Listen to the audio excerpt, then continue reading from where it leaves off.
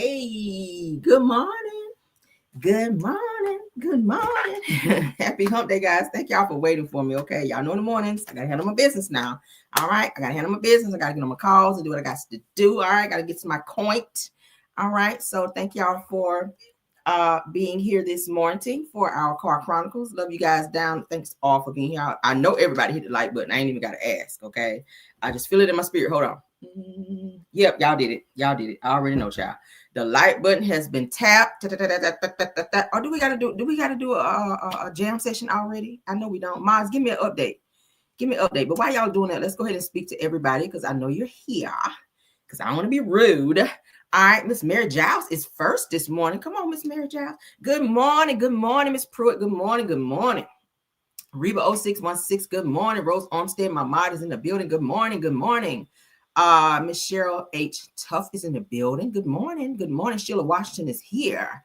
Deborah Banks is here. Thanks for being here. Truth TV Podcast. My other mod is here. Deborah Johnson. Come on, Deborah Johnson, child. Good morning. Good morning. Erica Butler is here. Let's keep scrolling. Kim Swinson is here. Thanks for being here. Angela is here. Thanks for being here. Tam C is in the building. Big Steak is in the building. Good morning. Good morning. Alicia Murray. Good morning. Good morning. Good morning. Gail West. Good morning. Marion's Favorites. Good morning. Scorpio Miss. My other mod is here. Thanks for being here. Shirley Terry is here. I see you. Greatness Love. I see you. Good morning, love. Good morning. Good morning, Immaculate Davis. Good morning, Shirley Terry, Alice Smith, Sylvia Blow. Good morning, Alicia Murray, classy type lady. Good morning, Desiree R.L. Good morning. Nikki B is in the building. Good morning. Daisy Lewis is here. Good morning, Daisy. Good morning, Mary White. Good morning, Angela Cuff. Good morning. I see you guys. Thank you all for being here. I see you, Purple Unicorn. That's a content creator. You guys check her out. Okay. Yes, and all the other content creators that are here. True TV Podcast is a content creator as well. All right. Scorpion Miss is not a content creator. No. But yeah, you guys check out all the content creators that I mentioned thus far. Okay. And y'all support them. All right. Because they always come over here and support me. And I really appreciate it. So thank y'all all for being here. Let's get into our show. I see you, Denise Slay. I see you coming in. Shirley Terry. I see you down there. Let's get into our show because we have one. Everything said in the video is alleged. And in my opinion, and is used for fair use and entertainment. All right. Let's get into the show. Let's get our politics out the way. Because child, is so much going on in the world. So we got to keep up with it. Because child, with Trump in office, honey, we got to know every detail. All right. Everything that he's doing. Yes, we do, child. Because we don't never know. All right, so Canada's Prime Minister, Mark Carney, declares that the country is not for sale ever, okay, as he rejects Trump's talk of U.S. merger. So now Trump is talking like he want to merge with Canada. And he was like, wrong answer. Hell no, we will not go. All right, let's get into what he had to say, child, because Trump is out here on the bush. He's trying to do all the wrong shit while he's in office. 100 days. What are we? A little over 100 days, like 100 and what, maybe 4 or 5 days. And nigga is in there still. Just making a mess. Let's get into it. From real estate, there are some places that are never for sale. That's true. We're sitting in one right now, Buckingham Palace that you visited as well. That's true. And having met with the owners of Canada over the course of the campaign last several months, it's not for sale, won't be for sale ever. But the opportunity is in the partnership and what we can build together. We have done that in the past. And part of that, as the president just said, is with respect to our own security. And my government is committed for a step change in our investment in Canadian security and our partnership. And I'll say this as well, that the president has revitalized international security, revitalized NATO, and us playing our full weight in NATO, and that will be part of it. And they have. As you know from real estate. That didn't you, Trump? You said, yeah, it's not for sale. I don't give a hot damn what you offer us. It shall not be sold. All right. So Canada is making it clear that it is absolutely not for sale, despite Donald Trump expressing his interest in merging the country with the United States. That will never happen. I don't know what the hell he was thinking. Like it's like he just wants to be this. He has this God complex to where he thinks everything should just be given to him and that he should own everything and just do whatever the hell he wants to do. Like there is no way in the hell Canada is about to be merging with the United States. Like hell no. If I have any of my Canadian people in the chat, y'all let me know. Have y'all heard about that in Canada over there with talks of Trump trying to merge Canada with the U.S.? That will not happen. It will not happen. Y'all see, he's trying to run for a third run as well to be in office again. And that's just not going to happen. You cannot rewrite the Constitution. Everything that he's trying to do, you're trying to merge Canada, you're trying to rewrite the Constitution, you're trying to rewrite the rules and regulations of the presidency in terms of you being able to serve again. It will not happen. Get your ass out of office. Serve this last little term and move on. I don't know what the hell you're going to do after that. We don't care as long as your ass ain't in office. All right. It says in a firm rebuke during an Oval Office meeting Tuesday that Canadian Prime Minister Mark Carney declared it is not for sale. It won't be for sale ever after Trump romanticized the idea of a U.S.-Canada union, calling the border officials and suggesting a wonderful marriage would yield tremendous benefits. So that Trump, invoking his real estate background, says that when you get rid of that artificial drawn line, says that I'm a very artistic person. And Carney was like, we don't give a fuck. Okay. So as you guys can see, they are not trying to be hearing Trump and this damn proposition to merge Canada with the U.S. It's never going to happen. Okay. No, and no. All right. Moving on. All right.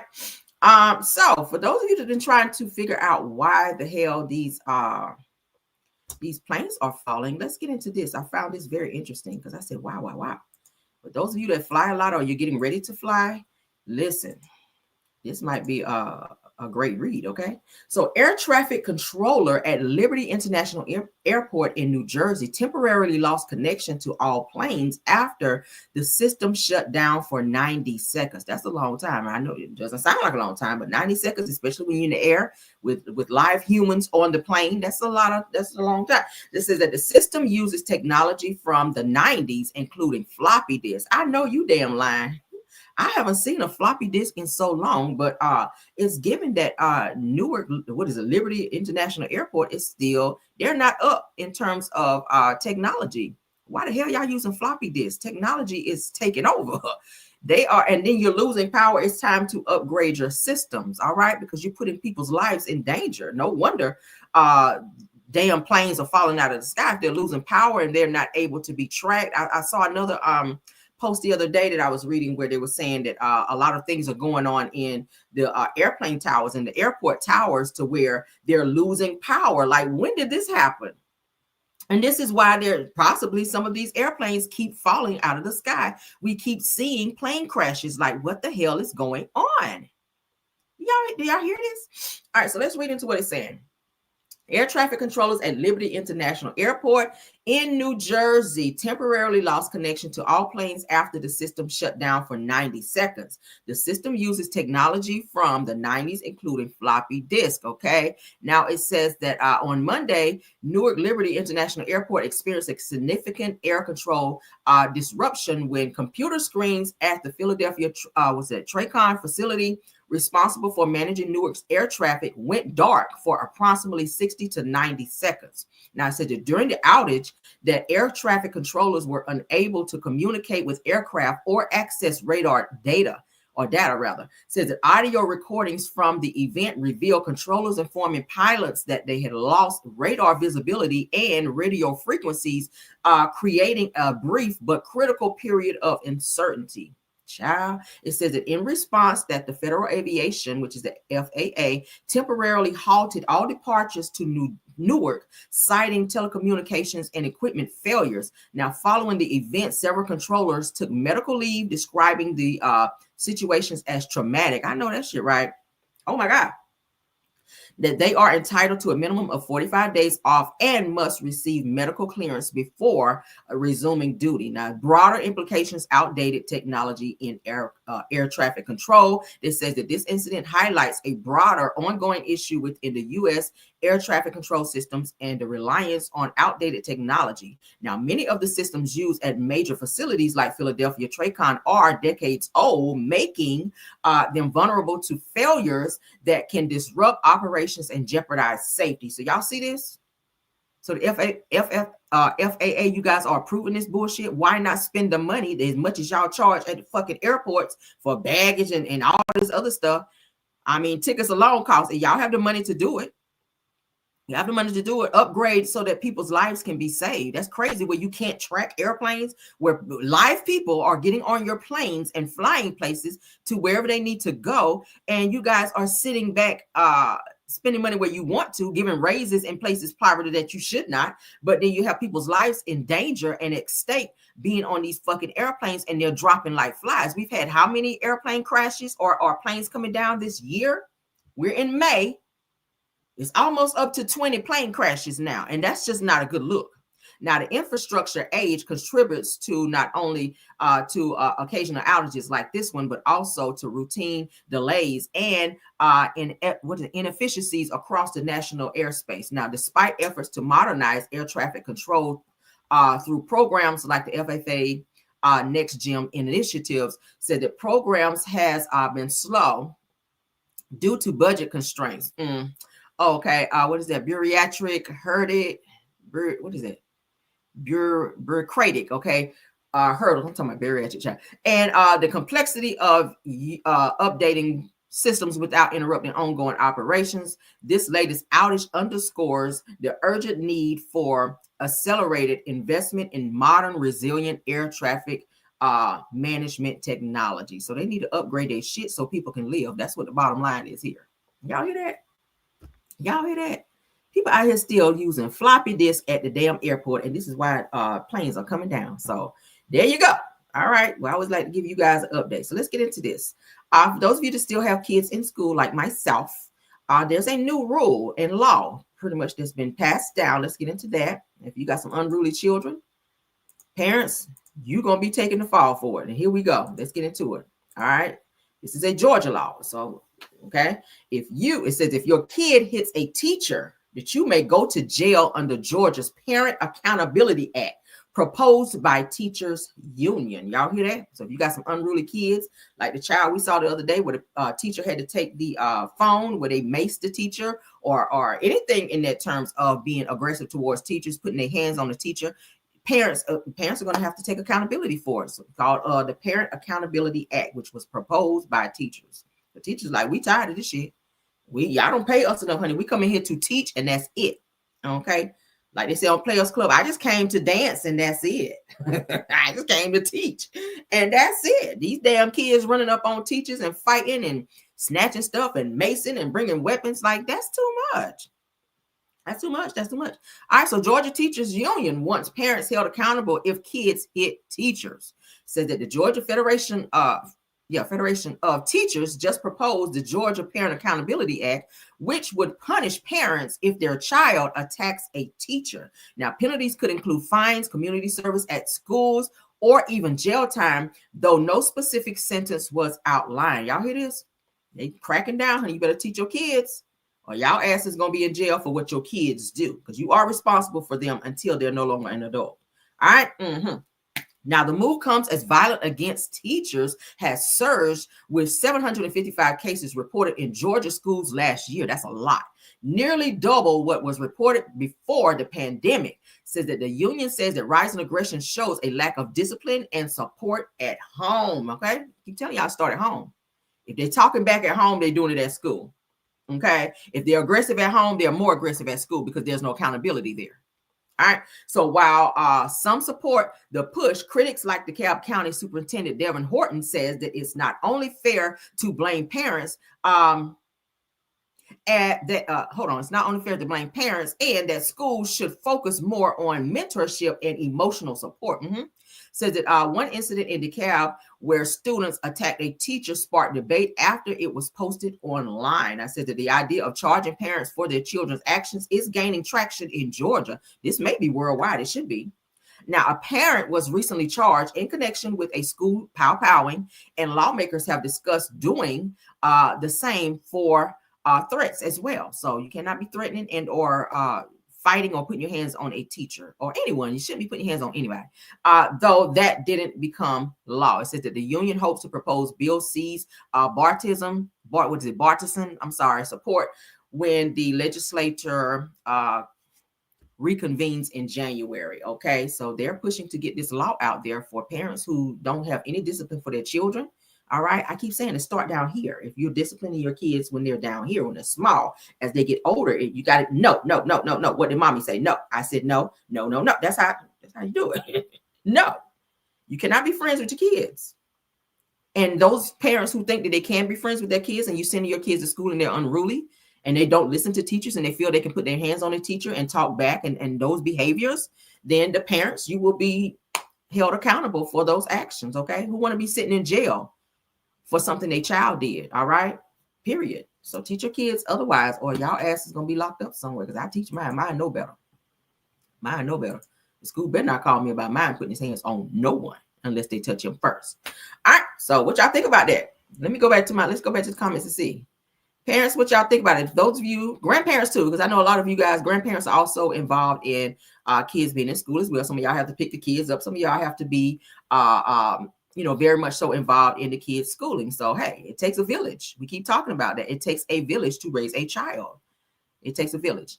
And if you're that type of parent who don't want another adult to say something to your child, like to correct them, I'm not saying pop them or put their hands on them, but, from where I came from, old school, I don't see anything wrong with another adult saying, hey, that's not right. Don't do that. Okay. If my son is somewhere and another person, hey, don't do that. It's the way they say it. Don't say it in an aggressive type of way. Okay. But from where I came from, old school, like another adult could tell you when you're doing something wrong and not to do that. And then they can report it to your parent. But no, don't pop my child, because what you do to mine will be done to you tenfold.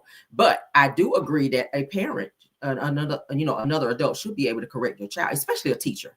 You sending your kids to school, the least you can do is teach them some fucking manners. When they get there, the teacher should be like, hey, if you're not going to listen, to get out of my class, period, and don't come back. And it should be tougher rules and regulations in school if the kids act that way. Do I feel like they should? Most schools, I think they do already have like therapy and stuff like that. They need it. But at the end of the day, these kids are out of fucking control, and they see everything as being very laughable when another student disrespect a teacher. We've seen it. The first thing they do is pull out those phones, they laugh, and they applaud the other student for being disrespectful. And it's a lot. Teachers do not get paid enough for that shit. A lot of these teachers are very young, so they get in there, and most of them are scared anyway of these damn students. And it's all because some of the parents don't put their foot down or put one up their kids' ass and say, hey, get your ass up there and get an education and come home. All that other extracurricular mess that you're doing, if you're bullying other kids, no. So if you don't do your due diligence in parenting, then you could find yourself in jail. And that's just what it is. Let's look at some of these comments right quick before we move on. It says that they should be expelled and have to homeschool. That too. I agree with that. Thank you so much for that, Purple Unicorn. That's a good idea. Shonda Allen says that somebody took my grandbaby's book from the book fair. Says that grandma to the rescue. Come on, grandma to the rescue. You better go get them, okay? Let's see. Shout out Schoolboy in the building. That's another content creator. You guys check her out as well. Schoolboy says that I'm not a parent, but I know people that are teachers, and what they go through, says that they aren't paid enough, right? And says that my mom is a bus driver, says that she sees how bad the kids are. Society has created this mess. Absolutely. The kids are worse on the damn bus because they feel like, hey, the bus driver, what the bus driver gonna do? Okay, the bus driver gonna do nothing. So yeah, it's sad when the bus driver got to pull over and call the police because your child is unruly. When other kids are just ready to go home, they done been in school all fucking day. They're ready to go home and relax. It's already loud and all that on the bus. It's crazy. So now I know a lot of buses have bus monitors to where they can kind of, keep the kids a little bit more calm so that the person is driving don't have to deal with all that. It's a lot. These kids are crazy now. Oh my God, you couldn't pay me to be a teacher. You could not. So shout out to any teachers in my chat, child. Thank you guys for your hard work. Thank you, because teachers don't get thanked enough. Thank you, guys. I'm saying it right here on my channel, honey. Thank you. If you are a teacher, thank you for your hard contribution, child, to teaching our children, because that's a tough job. It really is. It really is, guys. Let's see. Sweet Essence says, in my school district now currently says that we have 2 teachers that are out on leave because students hit them, and it's under investigation. See? Ooh, child. Tam C says exactly, said, I'm tired of these disrespectful teens. Absolutely, honey. Absolutely. These kids are nuts. All right. They bring weapons to school now. Pow-pows, knives. We got to say it that way for YouTube's sake. Yeah, it's time. It's time to put your foot down, child. These kids are fucking out of control. And child, the rod of correction, honey, when they do. I'm trying to tell you, when the laws got a little bit tougher and they kept saying, oh, you can't discipline your child, there's a way to do it. Now, you can't use like a belt or something like that. You're not supposed to in terms of the law. What they say is you have to use your hand. You have to use your hand on their backside if you are correcting them. Because if you use a belt and anything like that, switch belt, like, some of everybody used to get when they were younger, then that's looked at as abuse. Okay, if your child called a popos and say, hey, mama hit me with a belt, you can be locked up. And that's the fucking problem now because, hey, rod of correction is not being used when in terms of raising kids. I mean, so the laws, you guys did it. Hey, courts, child protective services and all that shit, y'all got in parents' business. Now, there's a thin line between discipline and abuse, and I do understand that. But at the end of the day, what's wrong with most of these kids is they need a behind spank. And I'm gonna say it right here, honey. I got a spanking when I did wrong. Hell, my mom slapped me in the mouth. I had to go to school with a busted lip for talking back. What child protective services ain't come to my house. I just went to school with a busted lip, and I knew not to do that shit again. Okay, talking under my breath. Y'all always had a smart mouth, but I went to school with a busted lip for talking back to my mother. She didn't play that shit, and I slipped up and was a little too loud trying to mumble under my brother. She caught these lips, baby, and my lip was busted. Had to go to school like that. Damn sure did. The school didn't get in my shit. The school didn't call my parents. Hey, why did you hit her in the mouth? They didn't say shit. Okay, period. Y'all better toughen up as parents. Toughen up. If these kids are grown enough to say, hey, I'm calling the police, all right, go ahead and get your shit. And when they get here, go with them. Okay, you don't want to follow my rules, you can't be here.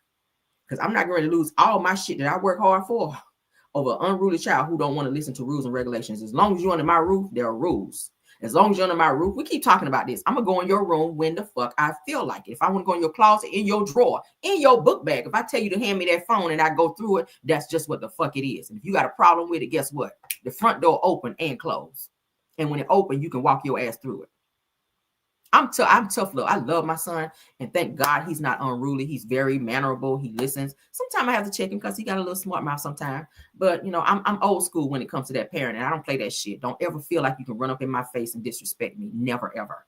And I started. Me and my husband started him, honey, when he was down here. So he has respect. It's yes, ma'am, no, sir, in my house. Okay. If a teacher tell you something to do, I tell him. When I drop you off at school, whatever the teacher tell you to do, or any adult in this school, you better do it. I better not get a call. I better not have to stop my work to come to the school and deal with you. Okay, period. And that's how it has to be. So parents, you better toughen up, or y'all ass gonna be taking the fall for your kids. I don't think nobody want to lose everything that they work hard for over your children being unruly because y'all refuse to have discipline when it comes to your kids. Okay, period. You better crack down on that ass because you're raising juvenile delinquents and you don't know it. Okay, if you don't do it, the law will. And it's so crazy. I'm trying to move on, but it's so crazy. The same law that tell you can't put hands on them, they will tase the fuck out of your kids, and they will also use that little black nightstick on their ass if they don't listen to them. Y'all find that to be weird? I'm gonna say it again. The same law that tell you can't discipline your kids to keep them from being unruly when they're out in society. Okay, will turn around and tase the fuck out of your kids and put handcuffs on their ass and pull that black stick out on their ass if they don't listen and buck up on them. Okay, you better think about it. And ain't shit you can do about it. Ain't nothing you can do about it. Okay, you can set up a GoFundMe. You can go on the news. Your child gonna still be effed up by the popos because you did not raise them right. Okay. Again, if you're going to let them talk back to you, they're going to do that shit at school. And don't be surprised when the school say, hey, we got to expel your child because it's just team too much. All right? You better step it up. Let's move on. All right, so a Houston man is accused of unaliving Joel Osteen's great aunt and has spent 18 years in jail without a trial. How did that happen? When the trial?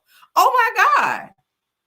Joel Osteen, did you behind this? Did you put some money behind this? This is crazy. I found this child. Shout out to a Houston Cron. I'm gonna say it again. Houston man is accused of unaliving Joel Osteen's great aunt and has spent 18 years in jail without a trial. When is the damn trial? All right. So last spring, as local officials were taking a closer look at a 1,000 of inmates in Harris County Jail, it says that they discovered something shocking, that a man who had been locked up for 18 years without a trial. How does that happen? I would sue the hell out of somebody. Now, this says that Edric, I don't know how you got that name, Wilson, honey, who is now 47 years old, was accused of unaliving the great aunt of Lakewood Church pastor Joel Osteen back in 2006. Let's get into it because this woman is going to explain what had happened. My name is Nina Satija, and I'm an investigative reporter at the Houston Chronicle. I want to tell you today about a man who spent 18 years in the Harris County Jail without a trial. That's not a typo. That's 18 years, almost 2 decades. This man's name is Edric Wilson, and he was charged back in 2006 with capital murder in relation to the death of a pretty high-profile person, actually, the great aunt of Lakewood Church pastor Joel Osteen. He was also charged separately with an aggravated assault, unrelated case.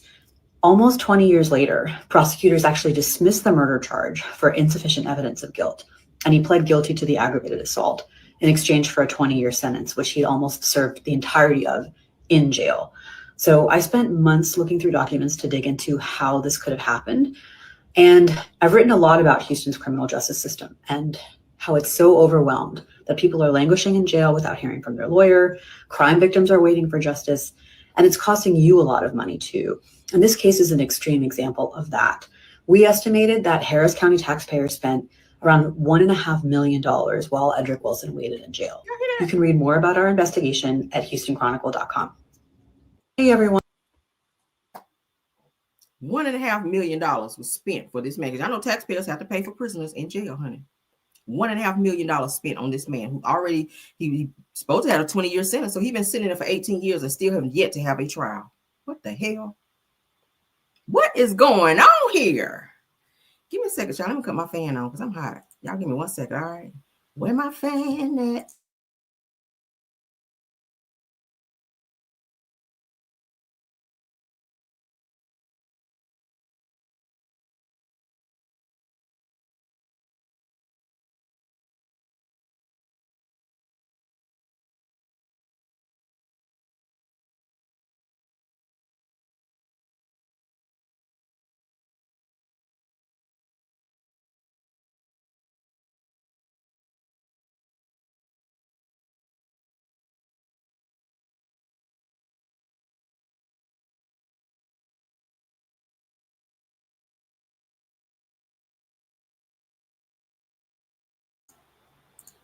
All right, I'm back, child. I feel like a rotisserie chicken up here behind these damn hot lights.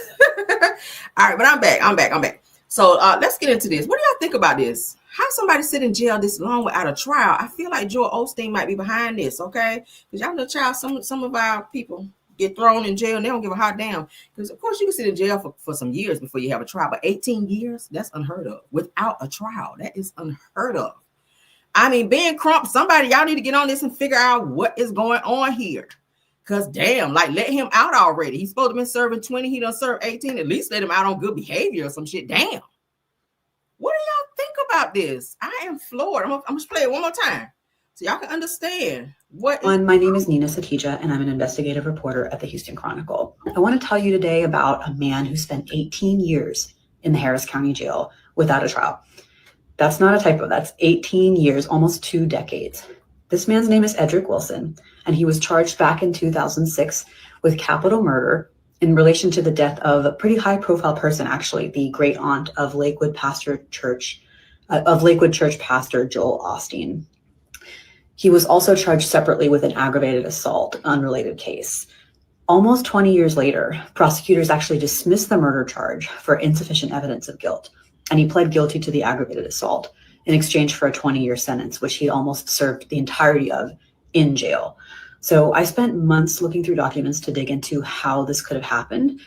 And I've written a lot about Houston's criminal justice system and how it's so overwhelmed that people are languishing in jail without hearing from their lawyer. Crime victims are waiting for justice, and it's costing you a lot of money too. And this case is an extreme example of that. We estimated that Harris County taxpayers spent around $1.5 million while Edric Wilson waited in jail. You can read more about our investigation at HoustonChronicle.com. That's so sad. There's so many other prisoners sitting in there just like that. They throw them in there. I saw a post, was it yesterday? Where this man said he's been, let me see if I saved it. This man been in jail since he was 16 years old. He's 86 years old, still in fucking jail. I said, bro, who is in jail that long? Let me see, did I save this? I said, baby, that is a long time.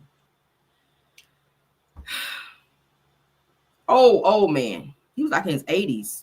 Still in the damn jail, y'all. Did I save it? Did I save it, Lord? I have to go find it. I have to go find the child. Baby.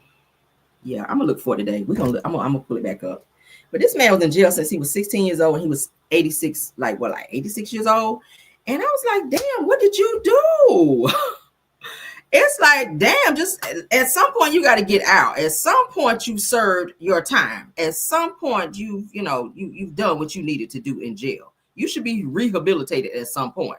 From 16 years old to 86 years old, like, damn, at least let the man be able to have a drink or something in his last years, a nice good cup of coffee, and just, he said he didn't really have no family outside. Most people, when they be in jail that long, they want to stay in there because they really don't know how to adapt to society anymore. But still, I feel like that man should get out, and he should at least be able to live his last few years as a free man. That's just sad to be sitting in jail for that damn long. Oh my God. And then 18 years without a trial, that's a lot too. But y'all can put in the chat what y'all think. Okay, we're gonna move on. Cause baby, it's a lot. I hate to know somebody was in jail that damn long.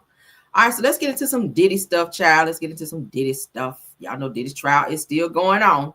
It's supposed to last 10 days, and we're gonna find out Diddy's fate. Okay, because he sure got a bunch of charges. Because he's been stressing out. He's fully gray, they said now. Diddy's fully gray, and he's lost a lot of weight. They said you would not recognize Diddy if you saw him.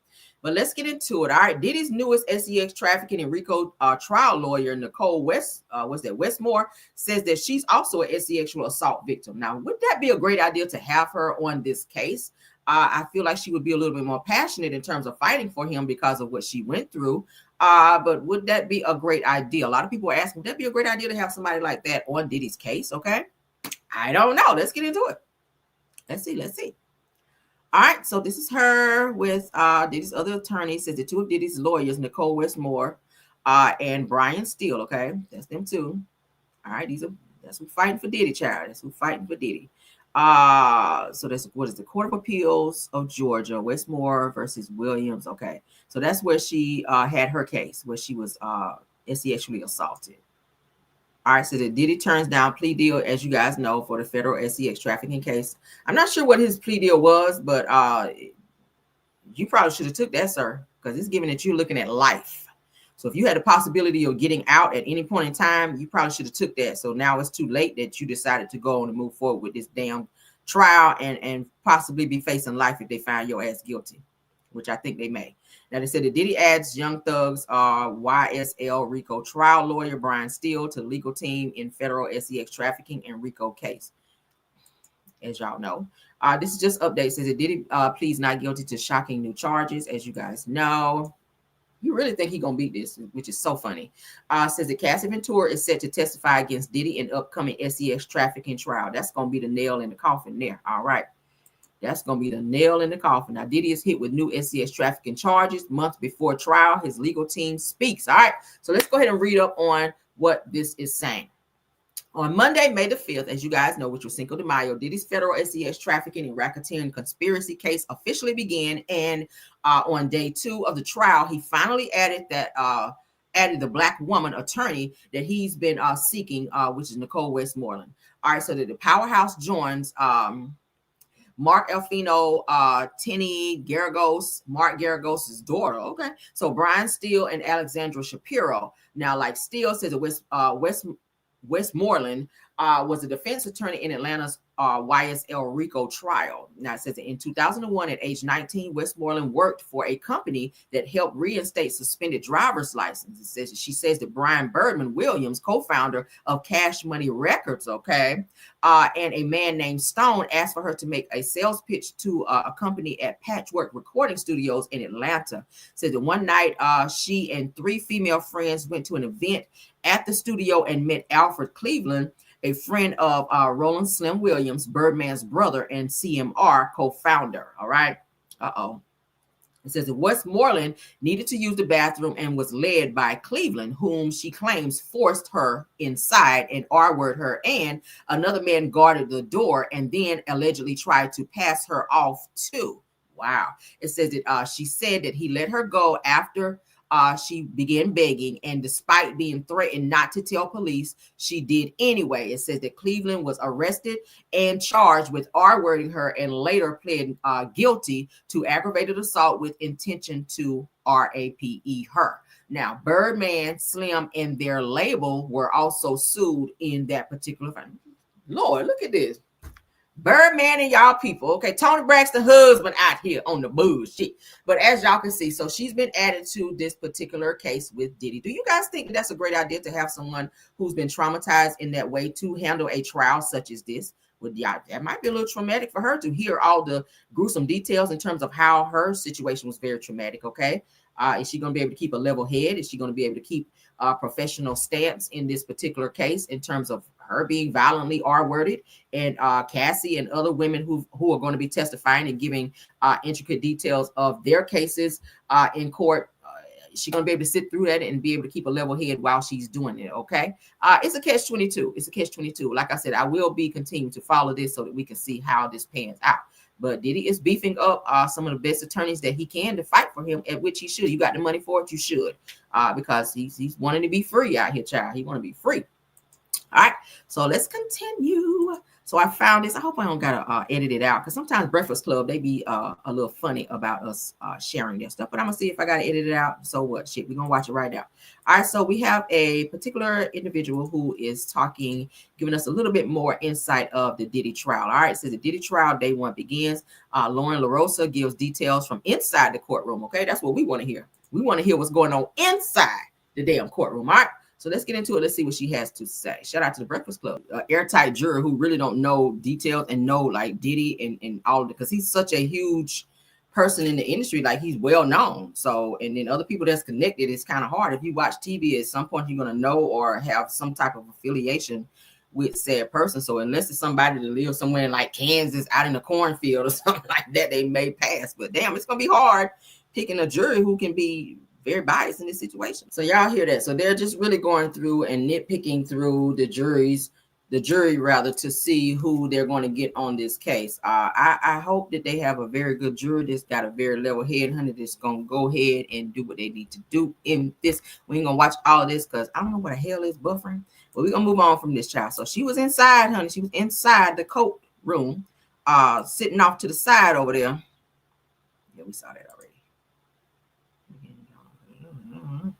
Yeah, I'm gonna skip that too.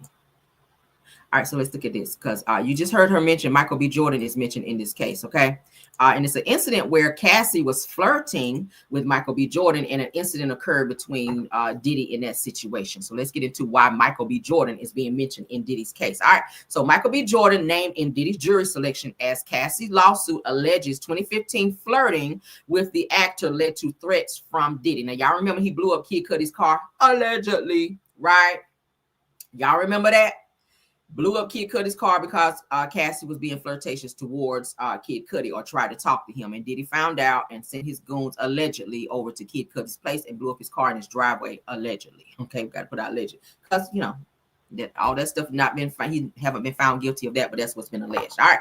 I hear we need a jam session because people are sitting on the likes and not hitting the like. Let's go ahead and get that out the way, honey. Then we're going to proceed with our show. All right, let's get the likes up. Okay, work on over to the like button, honey. Thank y'all. Let's go. Hey, hit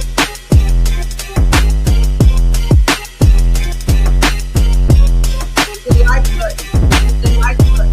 Hey, hit the like button. 189 likes. Watching. All right, let's get them up.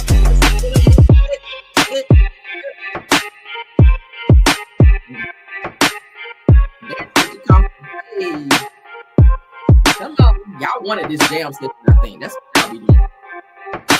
Yeah, we did a jam session, honey. Let's go. Hey, Pepper's Love Crip. Let's go. Hey. Crip pop.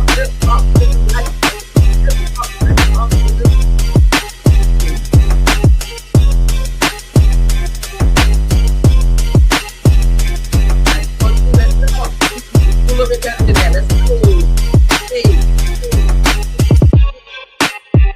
We 48 in the chat, 189 likes. Let's go. Come on. Hit the like button. Hit the like button. Hey.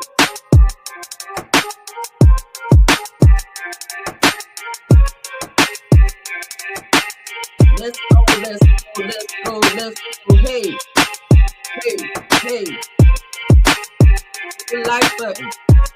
Everybody hit the like button. Hey, hey, hey. Come on. Hey, hey.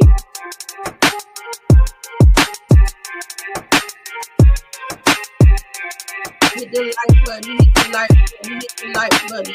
Hey, hey.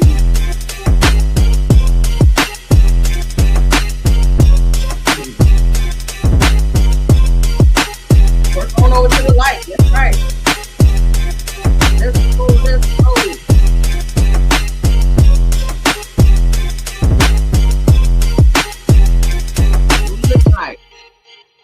What we looking like? What we looking like? All right, we coming on back. I see the fans, honey. Not the fans. Where them fans at? Come on. 2-step to the like button, honey. 2-step. Let's go.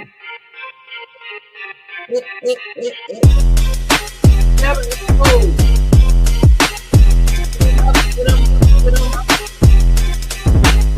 Get them up. 11 in the light. Better than that. Let's go. Let's go.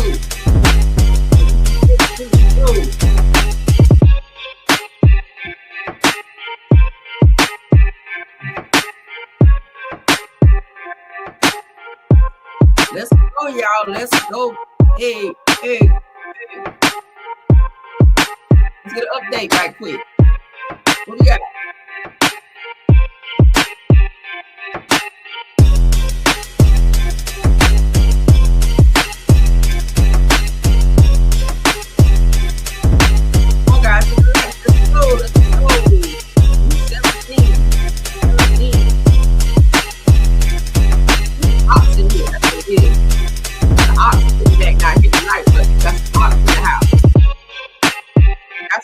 In the house, we got the ops in the house over here being nosy. Hit the like button, hit the like button.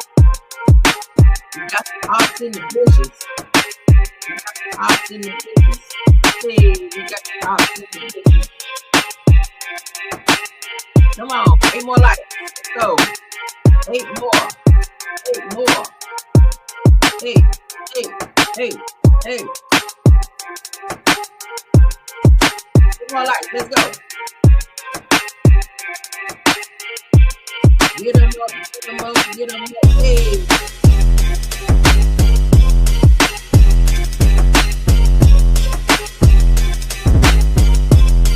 One more.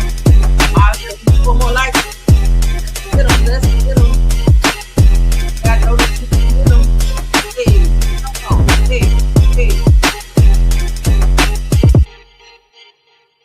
All right, let's end it right there. Let's get back to our show. All right.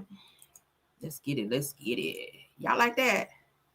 I think y'all be doing that on purpose. I told y'all the other day, y'all be doing that on purpose so y'all can get some jam sessions over here. That's what y'all be doing. Y'all be wanting to twerk and whatnot.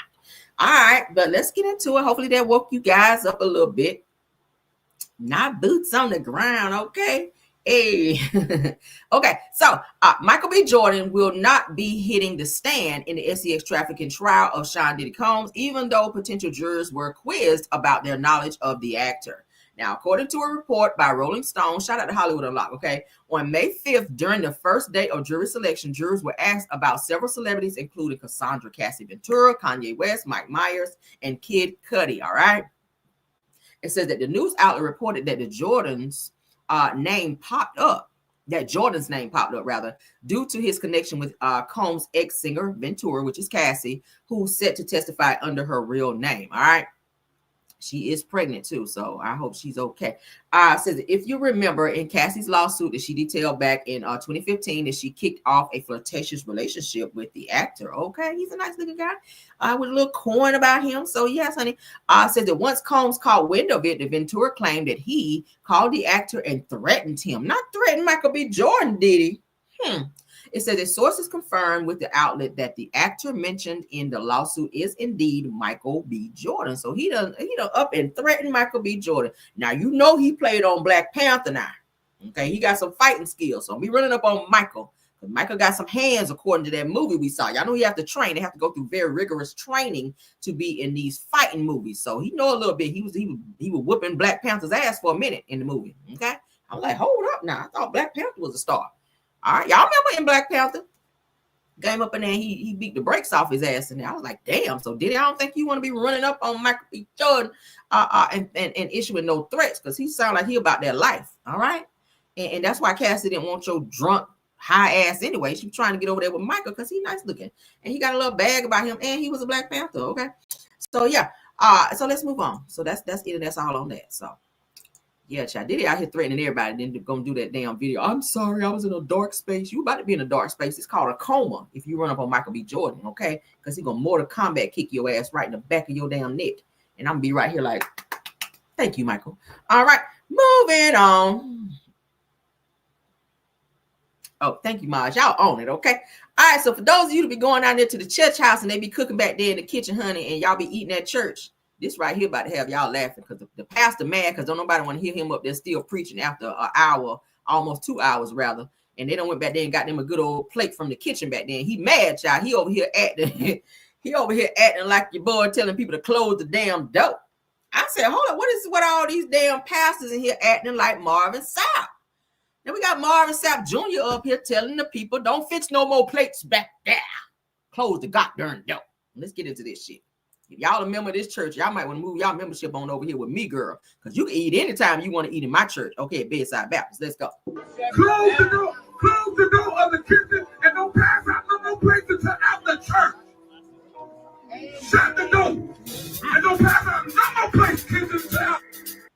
Close the door of the kitchen and don't pass out no more plates until after church.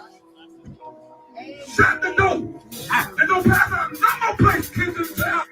All right, so they said the pastor got mad, honey. The people were leaving mid-service, child, to go down yonder to go eat down there at the church. Y'all know back there in the back where they be frying that chicken, honey. The good old mothers of the church, but they be back there frying that chicken, and they got that potato salad and them green beans and greens and some cornbread back there and that good old pound cake. Y'all remember that back in the day? You go to church, how you can smell that chicken cooking. You be like, oh, I ain't about to shout no more because I'm hungry. You be done shout about 5 times. You got to go back there and get you a good plate. That's what's wrong, because pastor, sit your ass down. It's time to get out of here. Okay, people ready to go get their plate. They trying to leave early because y'all know that line get long at church, honey. That line get long at church. So you trying to get back there and get you a good plate of that fried chicken, okay? And that good old pork chop plate with the macaroni and cheese and the y'all know I'm talking right. That good old macaroni and cheese and some potato salad and some greens on the side with that cornbread thrown on the top, okay? And you got to tell that mother over there that's over the greens to give you another scoop of greens because she was a little too stingy with the greens. She gave you too much, fluid versus the damn greens. Like, put another scoop of greens on here. And then she give you an attitude. And you be like, you might go back through the prayer line because you ain't doing right in here. The Lord will not be in this for you giving me 1 scoop of greens. And you see how hungry I am. And I shouted 5 times today. So I need another scoop of that. And I'm going to need another scoop of macaroni and cheese too. All right? Yeah. Because if you shouted that much, you got to eat. Because that's a workout, okay? But some of them mothers be a little stingy back there with they little, rationing out. But pastor is mad and hollering at people, and I don't like that. This is why I don't be going to real church, because y'all be hollering at people too much, okay? And I'll be ready to damn go. Church, I can give you 2 hours. 2 hours at best. Pastor, if you're going to preach for an hour, y'all still got to take up, about 47 offerings. The choir got to sing about 20 songs. People got to be up shouting too many times. I be like, didn't you just shout? Sit down, because we got to go. Yeah, it be too much going on. It be too much going on. Pastor, you long-winded. Now you want to holler at the members. No, sit your ass down. All right, let's play it one more time. Close the door of the kitchen and don't pass out no more plates until after church. Shut the door and don't pass out no more plates. See, he need to be sat down because your spirit ain't right. I'd immediately move my membership up out of there, baby. Don't holler at me, okay? Do not holler at me. I'm going to eat my chicken plate and I'm going to the house. All right, period. With my slice of pound cake on the top of my plate. Because y'all know that's how you do. You get your pound cake, baby. And you put that other plate on top of it. You black people, we so creative here. You get your plate, baby. You put that other plate on top of it. Hell yeah. And you be pinching off that little piece of pound cake in the car on your way home. Like, I don't know who the pastor thought he was hollering at, bitch. But I still got my plate in wood. And bitch, I ain't coming back next Sunday. You won't get my dollar. That's how you be fussing his ass out in the car. Oh, these pastors be so, they be so rude. I cannot take it. How you locking people up in there? Your ass done been up there for a whole 2 hours preaching and tell somebody you cannot get a plate. The hell, the devil is a lie. The devil is a lie. I'm going straight back there and get me a plate. Fuck you thought. All right, and I'm gonna get me a glass of sweet tea while I'm back there. And another piece of cake to go. Hell. All right, let's get into it. Y'all let these pastors holler at y'all if you want to, honey. I'll fuss a pastor back. Sure will. Holler at me. Find out. Okay. Do you want to be slayed in the spirit in here? Do you want to be laid out in the spirit, pastor? you better go somewhere and sit down. I told you I'm a fighting Christian. I'm a fighting Christian. I will fight. I will fight for my right in church. Yes, I will. I will fuck a usher up. Do you hear me? And let me ask for one of them Hell Jackson fans and you give me an attitude. Come over here and tell me to spit my gum out. I'm going off in church. Yes, I am. I'm tired now. These churches are doing too much. I'm fighting back from here on out. If I come to your church and they rude to me, I'm going off. I'm going to knock that usher's brooch the fuck off. Y'all know they be wearing them brooches with their little white outfit, they little get up. I'm going to shift her wigs, bitch. Her bangs going to be in the back if she fuck with me. Now, I done did everything I could to get up and get dressed and come to this raggedy bitch anyway, where y'all ain't got no fucking air conditioner and I got to be sitting here in this shit. I'm going the hell off. And pastor, if you preaching too long, I'm going off. I'm going to say, hell now. Got shit to do. Sit down. That spirit of long witness is upon you. Now, I'm going to open a prayer line. Down. Sit down. Still on that. And sit your ass down, pastor. Now, sick of this shit. I'm tired. That's why I'm telling you. That's why I be home, because I get irritated. I be like, oh, I know it's something I got to do. I know it. I know. Anytime I'm looking at my watch and checking my phone, like, oh, I just feel like I could be productive somewhere. I could be productive somewhere. Why is we still in church for 5 hours? Okay. Pastor still up there snorting and on this shit. Oh, Lord. See, not over here, Bedside Baptist, baby. We out, in and out. 30 minutes. Church over here is 30 minutes, baby, okay? 30 minutes. It's a one-man choir, one-woman choir. Baby, I get up there and sing my song. We out of there, child. Pastor, he's going to do this shit here in about 6 minutes. Baby, we out of here, child. I done put my dollar up there. We done. Everybody else still in church. We done, honey. Yes, God. All right, but let's move on. Y'all stand them long in the churches y'all want to and get hollered at. Not today, Satan. All right, moving on, child. Kevin Garnett is in trouble, child. And his girlfriend expresses regret. Somebody said they heard it. I'm trying to tell you. I'm Mortal Kombating one of the deacons. I'm a Mortal Kombat kick one of the deacons. Oh, yeah. Oh, the deacon gonna get it too. The deacon, missionary, first lady, all y'all can get it. Oh, yes. Yes, honey. I don't have no more church etiquette, no more. If I come to your church and they holler at me, it's on. It's Mortal Kombat kicks for everybody in the church. I don't give a hot damn. First lady, I don't care if you just got a new wig, baby, it's coming off. I don't give a damn, okay? And just word to the warning. Yeah, me, okay? Because the Lord said lay hands upon them. And that's what I plan to do. All right, that's exactly what I plan to do. I'm laying hands upon you. Now, it might not be in the way the Lord told you to, okay? But hey, it is what it is. All right, so Kevin Garnett and his girlfriend expresses regret after police were called during domestic disputes, inappropriately involved authorities. Okay. Oh, child. See, I cannot stand when a person be on the violent bullshit and then be mad because you called the police. Like, what you thought I was supposed to do? Oh my God, let's get into it. So retired NBA star Kevin Garnett and his girlfriend were involved in a domestic dispute, okay, that ended with police being called, according to TMZ. Shout out to Jasmine Brand. All right. Now, Tierra Chandelier, child, not Chandelier, called the police, called the Popos around 2 a.m. So y'all should have been in bed to tell them that she and Kevin Garnett had a heated exchange. Now, when they arrived, Kevin Garnett had left the scene and police took a report. Ooh, child. I said the Chandelier, which is the woman, child, refused medical attention when asked if she needed it. Now, sources told the outlet that things between the couple never got physical, and Garnett simply tried to move Chandelier out of the doorway so that he could leave. That was one of them. You ain't going nowhere, Brian. It was one of them. Women, stop doing that. If he want to go, let him go. Because you are only escalating a situation. All right. Sometimes people got to cool off. Sometimes people need to get in their car and drive around and cool off so they don't be on this shit here. Okay. You be out here acting like Shannon Sharp.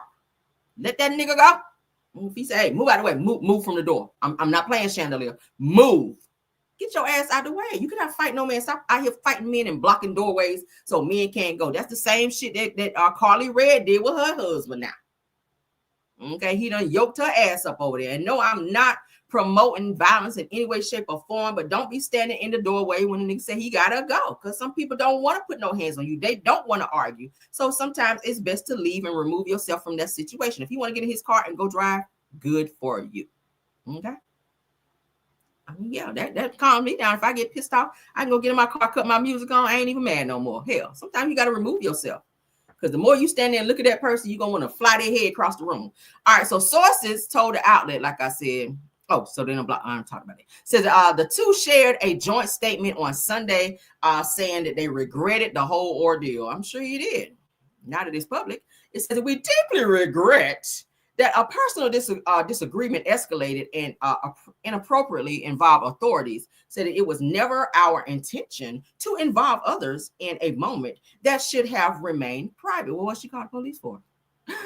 Maybe because she knew that you have the audacity to turn up a little bit too much. Said that they added, like most couples, said that we have disagreements, but our commitment to each other remains strong and we move forward with renewed respect, understanding, and love. Okay, you didn't put your hands on her that time, but we know how those athletes are. We keep seeing stories about athletes up here. I see a lot of choking incidences from athletes. Like, what is it? Is it CTE?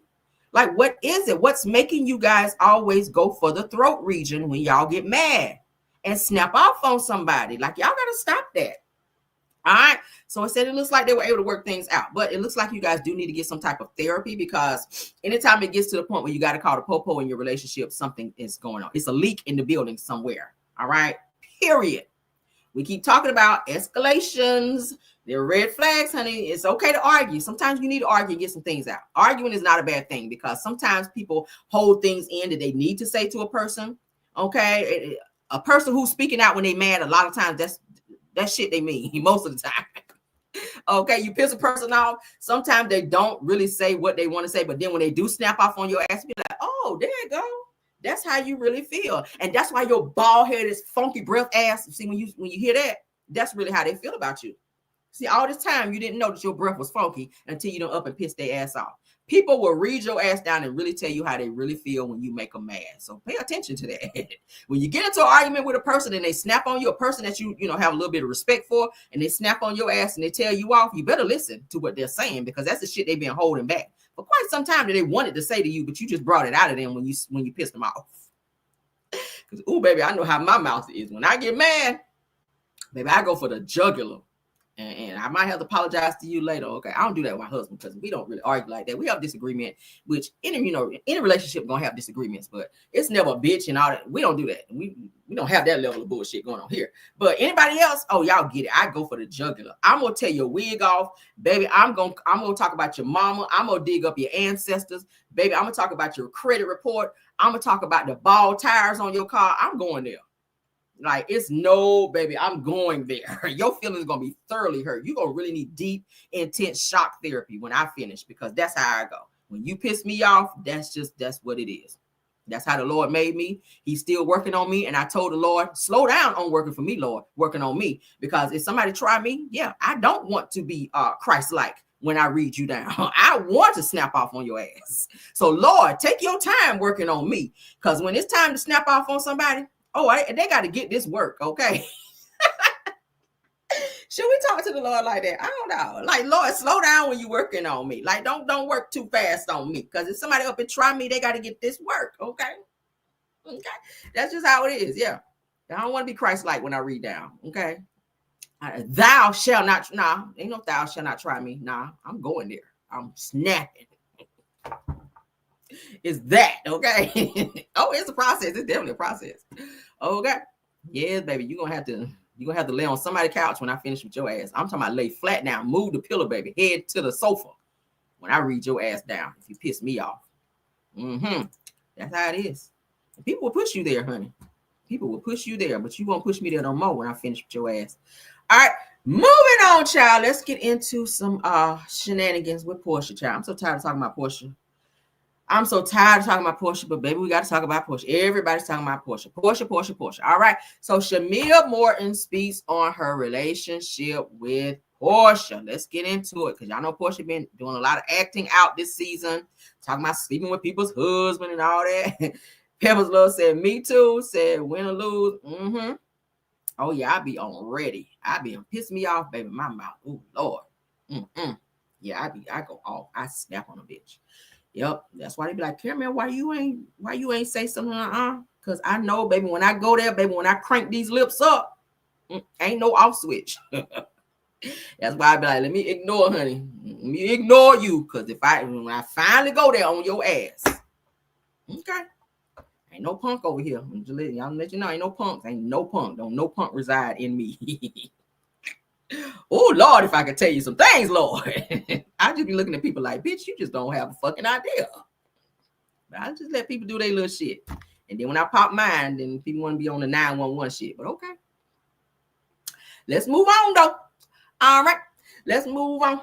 All right, so as you guys can see on my screen, we're getting ready to get into the Shamia Morton and Portia situation. All right, being on a platform like Real Housewives, when editing and things like that could come into play. I don't know how she manages it. I just know that for me, I'm gonna always stay real to who I am, and my feelings have never changed on a platform, off a platform. I could care less. I mean, I love who I love. I like who I like. I don't need people to tell me who I can't be friends with, who I don't need to be friends with. And I'm just a loyal person, probably to a fault, which is what I'm kind of seeing. And I think it is challenged, our friendship, because reciprocity is very real. And as much as you give out that love, you want to reciprocate it. As much as you show that loyalty, you want to reciprocate it. And I just feel like, with this platform, I just never thought that our friendship would be as challenged as it has been here lately. So all I can say is just pray for us, pray that we can overcome these things and that we can come out in a better place and with better understanding. And I do hope and pray that, because it's while being on a platform like Real Housewives, when editing and things like that can come into play. I don't know how she manages it. I just know that for me, I'm going to always stay real to who I am. And my feelings have never changed on a platform, off a platform. I could care less. I mean, I love who I love. I like who I like. I think about that. So a lot of people are saying that Shamia needs to question her friendship with Portia because it's given that she's not being this loyal friend that Shamia has been to her. Y'all know Shamia's been a friend of for many seasons on Real Housewives of Atlanta. And now that she's gotten her peach and she's on the show, it's given that maybe Portia feels a little competition. Because, sometimes if you have a friend, okay, if you have a friend that's always acting like they have to be in competition with you, that's not your friend. Okay, that's not your friend. If you have a friend who can never tell you when you're doing well or applaud you when you do something, that's not your friend. If you always have a friend that's always, girl, where you getting them shoes from? Always turning their nose up at you and they can't ever applaud you or celebrate you, that's not your friend. I feel like Portia has a slight jealousy when it comes to Shamia, because Shamia is living the life that Portia wants to live. I mean, hell, Shamia's husband told Portia's ass, don't marry Simon, and she did it anyway. And I think Portia is just running through these men looking for the type of lifestyle that she sees that Shamia is living. And now that Shamia is on the show this season with this peach and she's getting all this attention, people are like, oh, yeah, child, the cheerleaders are out for Shamia this season. And Portia is not feeling that. And people are like, yeah, Portia, girl, you're not giving. So Portia, she's getting the girl, we ain't thinking about you. And over here with Shamia, her music is popping now. She looks great. She's doing well with her husband. Her home is beautiful. She's got a lot going on. People are really checking for her. And I think Portia is really feeling she's really feeling the brunt of, oh my God, I'm just not as relevant as I thought I was going to be. Like I said, when y'all saw the promos coming up for Real Housewives of Atlanta before the show even came on, Portia was, giving this whole, this show is going to be this and I can't wait. Y'all can't wait. Yes, Portia is back. Portia is back. But then now that you're back, you ain't giving shit. And people just like, we waited around for this. Like, what we waiting for this for? Like, girl, we did all this waiting for what? You back and you ain't this shit. Like, it's a whole letdown. So people are very irritated that Portia kind of beefed everybody up to, her return back to the show. And she ain't doing shit. And other people who are just getting their peaches, or people like newcomers rather on the show, they're actually showing out a little bit more than Portia. So I really hope they fix their friendship, because it's hard to kind of come by friends when they've been friends. They've been friends for a very long time. So it's kind of hard to come across real friends who will be down for you and be there for you, like Shamil has been there for Portia. Like, she's been there through her marriage, her failed marriage. When she was married to Cordell, she was there for her then. She was, her support system then. And now she's going through what she's going through with Simon, and Shamil's trying to be there for her. But Portia, her jealousy and her envy and her mean girl attitude that she carries is keeping her from being this trusted friend that she can be for Shamil. It's kind of hard to watch on TV. I ain't gonna hold you. And Shamil's just like, nah, she's going through some things. I'm gonna still stick by her and be a friend. But at some point in time, child, if you're gonna keep being a mean girl and keep acting like that, I gotta give you the scissors, because I don't chase no bitch, but we will replace them. We will never chase, but we shall replace. I don't fool with a lot of chicks like that anyway. I told you I got 3 homegirls that I fool with, and I fool with them third. We go get appetizers and get drinks and we kick it. I don't do a whole lot of females, because females just get on my fucking nerves with y'all attitudes and y'all petty as hell. Okay. I grew up tomboy. I used to hang around dudes and I loved it, y'all. I didn't have to deal with that shit. Now that I'm a grown up, I pick 3 people that I'm cool with, and I don't got to deal with that. They don't be on that bullshit. Okay, they on the same platform I'm on. Okay, we got the same mindset. We can go out and kiki and laugh and have our drinks, eat our damn appetizers, and just talk our shit, and we good. But you got when you get too many people in the pile, when you get too many people in the circle, then that's when females get to acting crazy, and I can't deal with it. I can't deal with it. I'm sorry. Some of y'all can be petty as fuck sometimes. I just be like, oh Lord, let me go. Where my keys, purse? Let's go. Keys, purse, let's go. I can't do it, child. I cannot, honey. I cannot. But let's move on, child. Some of y'all feel me? Y'all feel me? And some of y'all can be too much sometimes. I be like, oh, I gotta go. Because baby, I feel my attitude starting to boil, and I got to go. Because I know my mouth about to fly off. All right, let's get into the next thing. Love and Hip Hop Atlanta star, man, DC's Harris, child, is caught cheating again, child. He's not gonna stop cheating. Of course, leave it to Tasha K to keep calling him out, child. So now he's trying to lawyer up, as I told y'all, I think yesterday, that Mendeecees is trying to lawyer up on Tasha K. But child, she don't give a hot bowling damn. Shout out to the girls are fighting, because Tasha is like, yeah, you still cheating and I'm still talking. Lawyer up, get in line, because everybody's suing me. Okay, by the time you get your money, I ain't gonna have none. I told y'all, Cardi done been after her ass. Kevin Hart done been after her. She getting sued left and right. She don't give a damn. So Tasha is gonna be Tasha. So shout out to her. Let's go. The text messages. Okay. Yeah. So here's the DMs between me and this woman today. Boom, there you go. Okay. And so turn to your Bible. Look at Psalms 37. How to expose it. Okay. Mendeecees and I linked up when he was last in the UK, and we speak all the time through. I said, oh, do you have any receipts? She said, yes, I do. I said, please share. So she sent them to me. Okay. I said, did y'all sleep together? She says, I said, did y'all sleep together? She said, I feel, babe, we just met for food and went back to his hotel, and we did sleep together, but I don't want to get him in any trouble because he's a good guy to me. I said, send me the message thread again. I couldn't read it. Did y'all use protection? She said, yeah, we did the first time, but the second round, no. I said, it disappears too fast when I click on it. You know, I'm old school. These widgets be evolving too much for me. She said, LOL, I'm dead. Not sure why it's doing that. Well, I really don't want to get him in trouble because he's going to know it's me. I said, yeah, it's like 2 seconds and then it appears. How long have y'all been seeing each other? And then, that was the last we spoke. And Jasmine, let me send this to you right here. Hold on for a second. Y'all hear that? So Mendeecees. The text messages. Okay. Mendeecees is a fake married man out here. Yeah, and Yandy get on my nerves because every time somebody, and she did it on the show too, every time somebody bring information to Yandy, she always tries to say, oh, that was me texting. Oh, Mendeecees are not doing that. Somebody's always trying to break up me and Mendeecees' marriage. Somebody's always trying to come in. Then she started that crying shit. I was like, girl, women are literally coming out of the woodwork and they're trying to tell your stupid ass. And I don't like calling people stupid, but at some point you just got to wear that badge.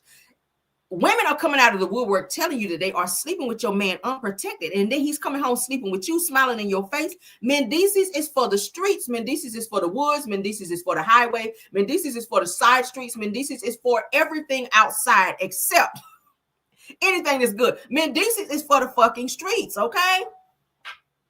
Damn, Yandy. She been dealing with this shit for so long with Mendices. Like, girl, how many women got to come forward? He has a type. He definitely has a type. He like pretty girls, as he should, okay? But bottom line is he has no respect for Yandy because women keep coming out talking about, I slept with your man. I slept with your man. Unprotected. This is not the first time we've heard about this. Like, damn. Like, do your coochie got to be burning before you just be like, okay, I'm tired of this shit. Like, damn. At this point, Yandy, I'm surprised your WAP just ain't fell out from down there. Like, it just detached itself from you. Because, damn, who is this stupid? I get it, you love a person, but at some point in time, be strong enough, be woman enough to realize that the nigga is really not there for you. Mendices, maybe he don't want to be married. Maybe he don't want to be tied down. Think about the fact that he's been in jail for a very, very long time. You might want to check, some people that he might have been locked up with to see if he would bend over in there as well. Not saying he that way, but the nigga keep going to jail for a reason. I mean, shit. Was he Mendicia in prison? Or Mendices? You might want to check that out. Check some sources in there. Because he spent a lot of time, a little fair time. Okay. Was he Mendicia with his shirt tied up in there? Sleeping with his ass in the air? Was he doing that in jail? Because the nigga gives moist vibes to me. Okay. He gives moist vibes to me. Okay. He stay speaking so low. You can't never hear him. Yeah. Okay, women watch them type of men to talk like, be like, huh? That's Mendices. That's how he get those women that soft spoken. Yeah. Like, what you say? Yeah, come down here and meet me down here at the hotel, room 112, where the players dwell. He on that shit. Room 112, where the players dwell. Yeah, I'm on Mendices and whatnot. Yeah, who Yandy? Yeah, I don't give a fuck about that bitch. Yeah, we just got kids together, and whatever. Yeah, they call me Pretty Ricky and whatnot, Nigga, old soft-spoken ass. Cheating his ass off. And Yandy right there. She on TV, yes. But I got the ring. You better take your ass down to the clinic and see where there's another ring going on. Yeah, you better get on down there, girl. Because these women are coming out in droves. Yeah, Pretty Mendices is what they call me. Yeah, So what you got on? What kind of panties you got on? That's him. That's him on the phone with these hoes. So what kind of panties you got on? Yeah, meet me down here at the hotel and yeah, I don't give a fuck about Yandy. Yandy who? Yeah, that's just my baby mama. Yeah, that's all. She just gave him some head the other night. That's it. We ain't really doing no shit like that. That's his soft-spoken ass. And Yandy stick right there. Yeah, me and Mendices, we're together. We're married and out. Girl, you're not married to Mendices. He don't give a fuck about you. At this point, just co-parent Yandy. Because it's really starting to be embarrassing. Okay, and I really, when I watched, Love and Hip Hop back in the day, I was like, okay, she's a strong individual. She's standing for her man. Yeah. But then when I started seeing and hearing stuff coming out about Mendices, because y'all know back in the day, they were talking about Mendices did something inappropriate with this young girl, which he served some time for as well. So he liked him young. He kind of liked him young. And, he was involved in some other fed shit. But Yandy, she stuck and stayed right there with him. But now here come this other woman. Natasha K just revealed the other day that Mendices was messing with another woman. So now it's another woman that came out. Okay. And she's producing receipts. So, but Yandy always tried to debunk everything that somebody say about Mendices and his cheating. Like, everybody can't be wrong, sis. Everybody can't be wrong. Like, seriously, there's a thread of text messages where your man is propositioning this woman and she's talking about where she met him in, I think it was, I forget what she says, in England or somewhere when he was there at a hotel, and she slept with him multiple times. And after the first time, they decided not to use protection. So, Yandy, you can say what you want to publicly, but behind closed doors, I know your pH balance is all the way off, baby. I know it's off. It's got to be. It's got to be. Because if he's sleeping with women unprotected, yeah. You got some streaks somewhere too, girl. I'm playing one more time for the people in the back. It's crazy. Yeah. So here's the DMs between me and this woman today. Boom, there you go. Okay. And so turn to your Bibles and look at Psalms 37, how to expose it. Okay. And DC and I linked up when he was last in the UK, and we speak all the time through. I said, oh, do you have any receipts? She said, yes, I do. I said, please share. So she sent them to me. Okay. I said, did y'all sleep together? She says, I said, did y'all sleep together? She said, I feel, babe, we just met for food and went back to his hotel, and we did sleep together, but I don't want to get him in any trouble because he's a good guy to me. I said, send me the message thread again. I couldn't read it. Did y'all use protection? She said, yeah, we did the first time, but the second round, no. I said, it disappears too fast when I click on it. You know I'm old school. These widgets be evolving too much for me. She said, LOL, I'm dead. Not sure why it's doing that. Well, I really don't want to get him in trouble because he's going to know it's me. I said, yeah, it's like 2 seconds and then it appears. How long have y'all been seeing each other? And then, that was the last we spoke. And Jasmine, let me send this to you right here. Hold on for a second. And there you go. All right. So the text messages. Y'all remember on Love and Hip Hop? We're going to move on. But y'all remember on Love and Hip Hop, Mendices had a whole nother woman in an apartment. Y'all remember that? When he was going over there sleeping with her while he was with Yandy, sleeping with her, and she blasted Yandy and told Yandy on the show, yeah, Mendices been paying for me to be in this apartment. And he come by and we sleep together. Yandy was more upset at the woman than Mendices. I'm like, redirect that energy to your nigga, girl. What you fussing at her for? What you fussing at her for? He paid for the apartment for her to be there. He's stepping out on you, and women need to stop that. Yeah, you need to check her now, unless the woman is being disrespectful and talking shit, then you pop her ass, then you check her. But the energy should be directed first towards the person who you have, some credibility to. I'm just saying. You got to check them first. Check your man first. Why you always running in the woman face? She probably don't even know about you. Because men do lie. Women too. We're not going to put it on the men. Women too. People in relationships sometimes lie, and the other person don't even know. For all they know, that person is single. They thought they met a great person. But in this situation here, everybody know who Mendices is. They should. If you watch Love and Hip Hop, the nigga done been on TV. He's on social media. Everybody know who Yandy is. Everybody know who Mendices is. So when you see him coming up in your face smiling with them big ass horse teeth, then you already know who the hell he is. So if you got in this situation, it's because you wanted to. I mean, damn, the nigga don't care nothing about his health. Running around here sleeping with women unprotected. Y'all, child, don't check the other woman unless she gets to talking crazy. Okay, she can get to talk crazy. Go ahead and give her one of them. Okay, let her know. Stay in your place. We ain't talking about you. Talking to him. And if she wants to still keep talking, then you do whatever you feel you need to do after that. I ain't gonna tell nobody what to do. But do what you feel you need to do. Because baby, I ain't got time for that. All right, let's see. You got some slick talking biatches out here, honey, who feel like they. Lord, thank you for not letting me have to deal with that shit. Because I tell you, I don't have the patience for that shit. I really don't. I mean, you either want it or you don't. I ain't about to argue with no one. Fuck that. My motto, y'all know my motto is dick come a dime a dozen and I keep $1. You know what that means? Crying over no dicks. Believe that. Okay. Dick come a dime a dozen. Bitch, we keep $1. Okay. That's a whole lot of dicks. Better believe that. Okay. If you don't work out, it's called moving on, bitch. All right. That's what it means. We too cute for that. I know I still got it. I told y'all, bitch, I can go pump $20 worth of gas and get probably about 5 phone numbers if I need to. Shit. I know I still got it. Okay. Because when we step out, we'll step out. Okay. Yes, honey. We still serving the girls over here. We a head turner. It's called a head turner, girl. Okay. We still head turning over here. Okay. Niggas is still like this, but I have to be like this. Okay. Not yet. No. He's still doing right. We married over here. But just in case a motherfucker slip up, then it's that. Okay. But nah, we ain't worried about it. All right. Yep. So keep yourself up, ladies. Keep yourself up just in case your nigga decide he want act like Mendices out here. Because sometimes they do. Sometimes they do. Niggas act crazy sometimes. You got to remind their ass, excuse me? Just like you tell me it's good when you in it, don't let somebody else find out. Okay?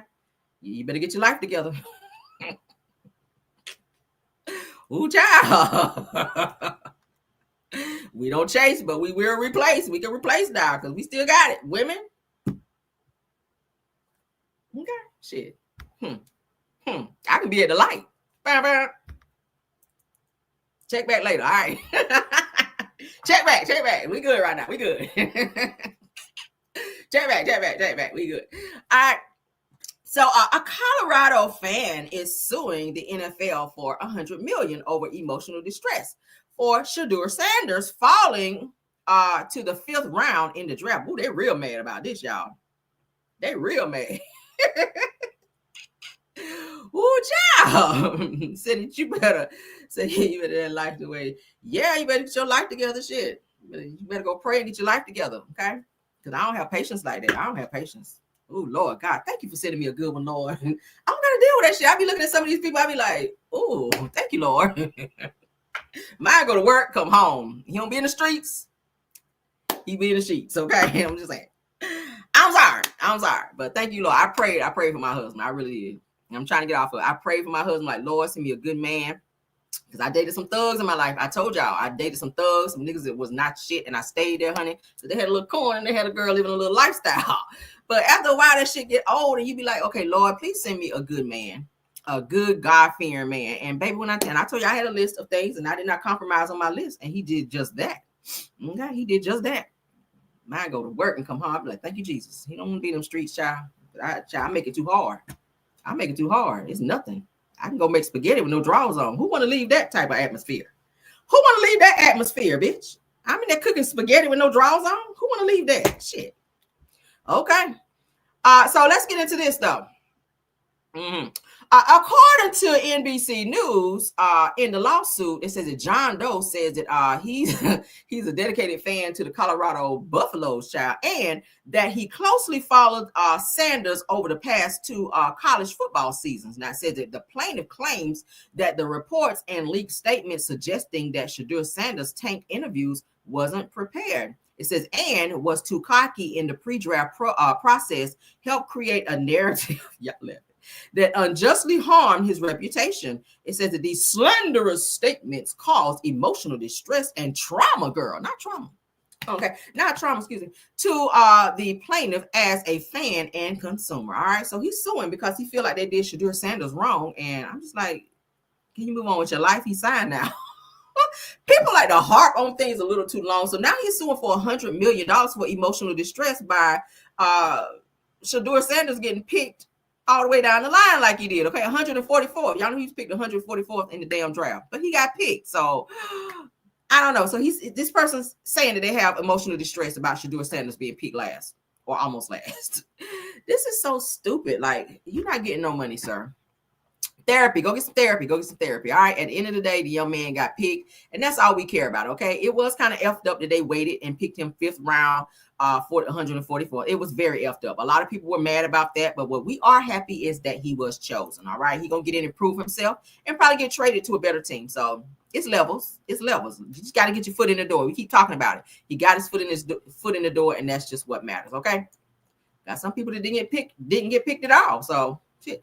All right, so now we got to spin the block on this topic because we talked about the license. You guys, we talked about the license getting the real ID.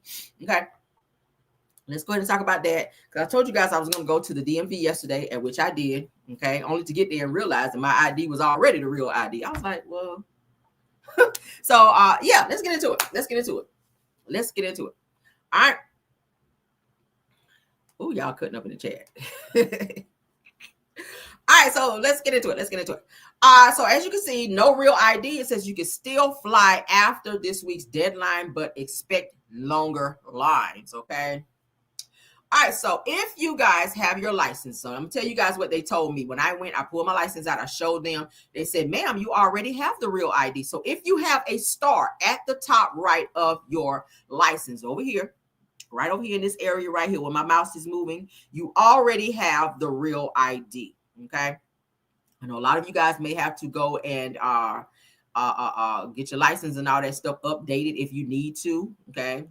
If your license have expired or whatever the case may be, when you do that, you will automatically have that star. Now, some states, as what the lady told me at the window, some states will have the gold star. Because I was thinking, oh my God, my star is not gold. I knew I had a star on it, but I was like, I don't know if it is. But she was like, yeah, you have it. Some states have the black star. Some states have the gold star. If you have the star at the top of your license on the right-hand side, you already have a real ID. Okay. And if you need to go and get that done, there's no charge to do that. Okay. That's what they told me. I went there yesterday because I told you guys I was going to do it so that we can make sure everybody is where they need to be with their IDs, because you have to have the real ID in order to fly domestically. Okay. The deadline is today. All right. The deadline is today to get the real ID if you've not done so. Let's get into this. They said this is something that was implemented back in 2017, the real ID. So if you've had your license renewed and all of that by then, look at your license and make sure, again, that you have the star. It don't matter what color the star is. I don't give a damn what color it is. If you have the star at the top right of your license, then you have the real ID. Okay. Somebody said they have the gold one. Different states have it in different colors. I have the black one. Okay. I have the black star at the top of mine. All right, so let's get into it. Real ID says you can still fly after this week's deadline, but expect longer lines. The May 7th Real ID deadline is finally here, but travelers who have not made the switch will still be allowed to fly. Homeland Security confirmed this week that security checkpoints will not be turning anyone away if they do not have a real ID. Praise God, okay? For those of you that didn't get a chance to do it, because y'all know, go to the DMV, those are long lines. A lot of people don't have time. You got to get off from work. You got to take time off. Sometimes you got to take the day off because it's a long process. All right, depending on what you got to get done. Now, Secretary Christina Nolan told Congress that 81% of travelers already have IDs that meet real ID standards, okay? Says that for the rest, valid passports and tribal identification cards will still be accepted when the deadline takes effect, all right? Now, if you do not have a real ID, you may face additional screening. All right. I mean, you got to step to the side, honey, and you might miss your flight. All right. So go and get your shit together. Noam explains that travelers could be placed in a separate line or go through extra steps at security. All right. But people will be allowed to fly, so that we will make sure it is as seamless as possible. Okay. Now, real ID is a federally approved form of identification that was recommended by the 9/11 Commission and signed into law in 2005. All right. Says that while the law has been in place for years, full enforcement has been delayed multiple times. All right. So if you guys want to read more about it, shoot on over to Baller Alert, because that's why I'm reading. Okay. So if you have the star at the top right of your license, you already have the real ID. Doesn't matter what color the star is. Okay. So you should not have to step out of line for any reason if you're deciding to fly or whatever you need to do. Okay. So there you go. Y'all asked me to spin the block on that, and there you go. All right. All right. So I played this yesterday. I don't even know why I didn't move it, but I'll play it again for those of you that did not get to see it, because I thought this was so funny about this old lady being asked about Miss Netta. I meant to take it down, but I got to leave it up. I'm going to play it again because it was funny. All right. So they're saying it's things that old people say. For those of you that did not watch my Car Chronicles yesterday and you missed it, this old woman, her granddaughter was saying, hey, I saw this person in the store that saw you and said they know you, and showed the picture and said it was Miss Netta. And she was like, yeah, let's watch it. I just saw this lady at Walmart. She told me to tell you, hey. Who is she? She said her name was Netta or something like that. I just found her on Facebook. I'm going to show you her picture, see if you know her. Here she go. Who in the fuck is that? That ain't no Miss Netta. That's a Mr. Netta. And I ain't never seen that before. She said she used to work with you. I ain't never worked with no bulldog like that before. You sure? She said she know you. Well, I don't know her, and that ain't no her. That's a he. They ain't no he. That's a her. Granny. Grandma snap. What, Nikki? I just saw this lady at Walmart. She told me to tell you, hey. Who is she? She said her name was Netta or something like that. I just found her on Facebook. I'm going to show you her picture, see if you know her. Here she go. Who in the fuck is that? That ain't no Miss Netta. That's a Mr. Netta. Child. And I ain't never seen that before. Jesus. She said she used to work with you. I ain't never worked with no bulldog like that before. You sure? She said she know you. Well, I don't know her, and that ain't no her. That's a he. They ain't no he, that's a her. Child, baby. Old people would always tell you how they feel. Who the is that? Oh my God. Old people be funny when they go off. All right, so let's get to the next topic, child. Kind of a bull dagger. Lord have mercy.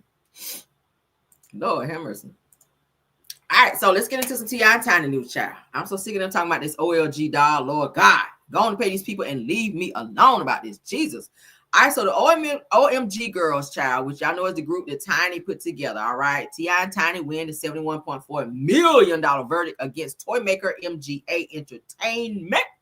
All right, over LOL Surprise. All right, so what is it? OMG dolls. So apparently this company created some dolls that looked like the OMG Girls, which is in the group, and Tiny and them sued them for, you know, pretty much taking their image and not giving them their due credit for said dolls or getting permission to do so. So they sued them and they won. So shout out to them for that. All right, that's the lawsuit. All right, let's go back. All right, so according to the Jasmine brand, shout out to them, a federal jury has ruled in favor of rapper T.I. and his wife Tamika Tiny Harris and their pop group OMG Girls in their high-profile lawsuit against toy maker MGA Entertainment. Now, the jury found that the MGA LOL Surprise OMG that's weird. Says OMG dolls unlawfully copied the OMG Girls distinctive trade dress and misappropriated their likeness, awarding the plaintiffs a massive $71.4 million in damages. Damn, that's a lot. Oh, it says that U.S. District Judge James Salina has now entered the judgment, tacking on a 3.972% interest to the award. Wow. However, in my Kimmy voice, MGA is appealing the decision to the Ninth Circuit Court of Appeals. It says that in the meantime, the judgment and any battle over attorney's fees are on hold as both sides agreed to stay enforcement until the appeal is resolved. Now, given the federal appeals process, the final outcome could take months or even years before the case is fully settled. So they don't want to pay that money to Tiny and them. But Tiny and T.I. and the OMG Girls were awarded $71.4 million in this case. Okay. So, yeah. So we're going to see how this turns out because the person who they sued they're appealing said situation. Okay. I didn't mean it like that, but whatever. All right. So what y'all think about that? So they are $71.4 million richer behind this situation. All right. T.I. he got a bag. So now they got some more money, child. Tiny, please don't use it up down there at the BBL office, okay? Please do not use that money up down at the BBL office and down there getting more surgeries, please, okay? Please stop doing it. All right, so shout out to the Jasmine brand. Lakers star and basketball wife saloon Byron Scott is accused of sexually assaulting a high schooler in 1987. Are we doing this? Lord God. See, did I tell y'all, since we talked about, what's the man name yesterday? Smokey Robinson. Now that's brought somebody else out the damn woodwork. Now Byron Scott, he catching one, child. Somebody from high school in 1987 and came out and said that Brian then up and did something to them. Now Lakers legend Byron Scott, honey, has been accused of sexually assaulting a teen 38 years ago. I would hate if somebody came up 38 years later and said, Caramel, you did this to me. I'm gonna be like, what? And I'm filing a suit on your ass. I'm gonna be like, what? Okay. So Haley Dillon filed a 20-page lawsuit accusing the three-time NBA champ of sexual battery, sexual assault, and false imprisonment and intentional infliction of emotional distress. Now, Dillon claims that Scott lured her into an area of her high school away from other adults before forcing himself on her in a locked janitor closet, not by the broom girl. Girl, you ain't laying me down on no mop in here. Down there by the Fabuloso, bitch, I know better. It says that Dillon was allegedly 15 years old at the time while Scott was 26. Ooh, yeah, you going to jail. It says that an attorney for Scott, who also formerly coached the Lakers and Nets, doesn't deny that he had intercourse with the girl, but says that Scott believed that she was of legal age at the time and says that it was consensual. You can't have consensual sex with a 15-year-old. I'm sorry. The fuck? So it says that our client is devastated by this complaint and basketball event that took place in 1987. Our client believed that the plaintiff to be over 18 and had no idea that she would claim otherwise until 35 years later. Says that Scott's attorney, Linda Honey, told the Daily Mail, says that he respects girls and women and that claims that it have blindsided him and his family. Said that Scott, who appeared on Basketball Wives, y'all remember him, child, he married to that Asian lady in season 8 with his wife now, Cece. Y'all remember Cece on Basketball Wives, who got into it with Evelyn Lozada, who is now 64, was married to his first wife, Anna Scott, at the time. See, when you mess with them Beckys, that's that karma coming back on you, messing with them damn Beckys. Now, Dylan says that the Lakers visited the school to film an instructional basketball video in the gym and met with students, parents, and faculty members. Now, Dylan was there taking a summer math class.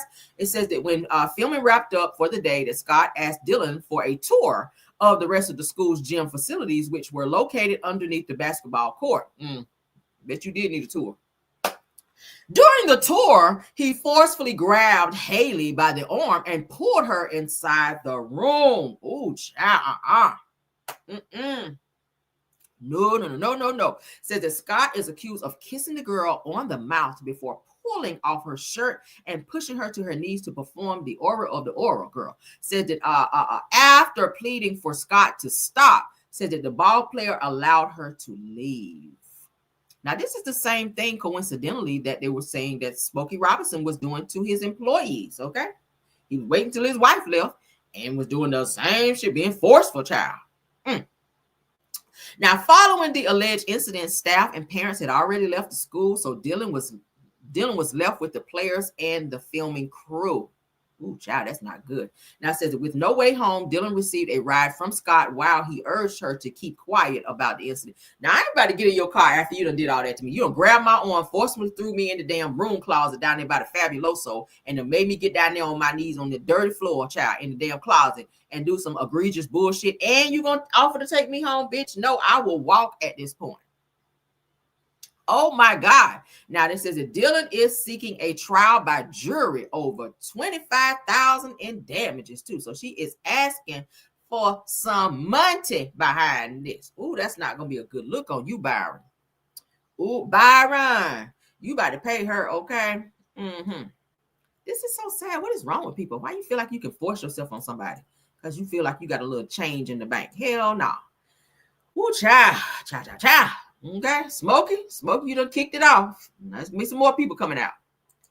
There's gonna be some more people coming out of the woodwork talking about something happening to them 38, 40 years ago. Now, I'm not saying that she should not come out because sometimes these types of victims, they need time to process it. And a lot of people say 38 years, Caramel. Well, you can't tell a person, you can't put a time limit on when a person decides to heal or be able to talk about things. Sometimes things are very traumatic.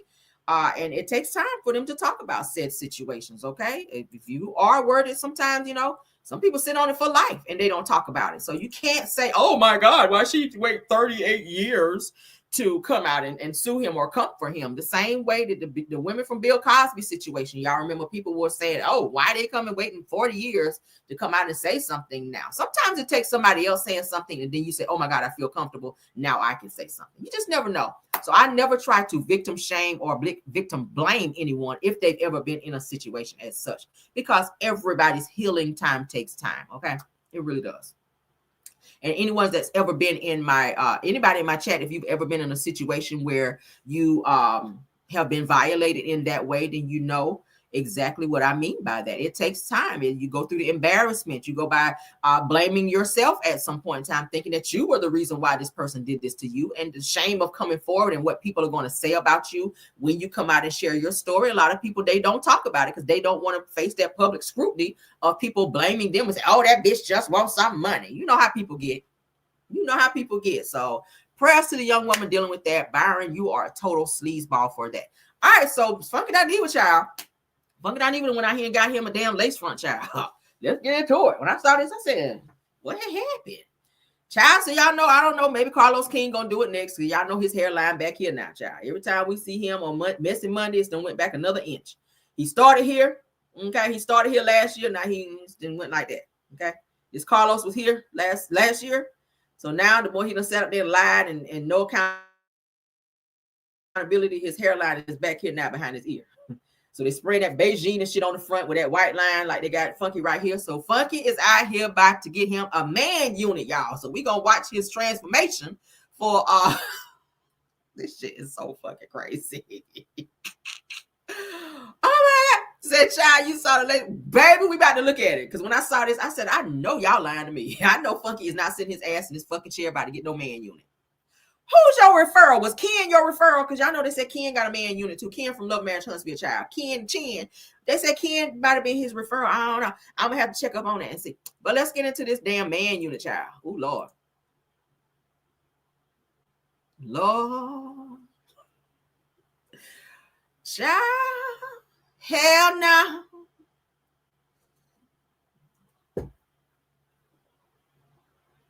Baby. Child, why they done cut all that out from this, child? Jesus. Jesus, Jesus. Why did George Jefferson know? Jesus. Jesus, Jesus. Let me find out they got a man unit van around here. Let me find out it's a man unit van running around here. What the fuck is going on here? Y'all. Funky, you know better than this shit. Now, out of all the stuff you could have done, out of all the stuff you could have been doing on this day, why this? Why? You done jail that shit down and everything, Lord. Lord, he was on the man unit van, Jesus. Lord, Funky is on the man unit. This is the man unit van. Y'all see this? Cut doctors, child. Not the cut doctors. This shit is so stupid. Cut doctors, child. So you go knock on the van door, on the van window and say, hey, y'all got a man unit that'll get me right out here? Okay. I need a little man unit or whatnot. All right, so you got to call 470-659-4577. All right, 777-9311, honey, get your man unit. Said that men get lace front wigs too. Okay, nah. Just cut that shit off. Listen, I'm convinced if your shit done fell out in the top like that, just cut the rest of that shit off. Why are we holding on to hair? If it's gone in the top, it should be going around the sides. Now, the Lord is not pleased with these units out here, Lord. The Lord is not pleased with these units out here. If your shit is falling out, just cut it on off. Just be bald. Okay? What are you? Let me play this shit one more time. When I saw this, and then he did his show with a whole do-rag on. I said, I know you lying. I know y'all lying. What the child?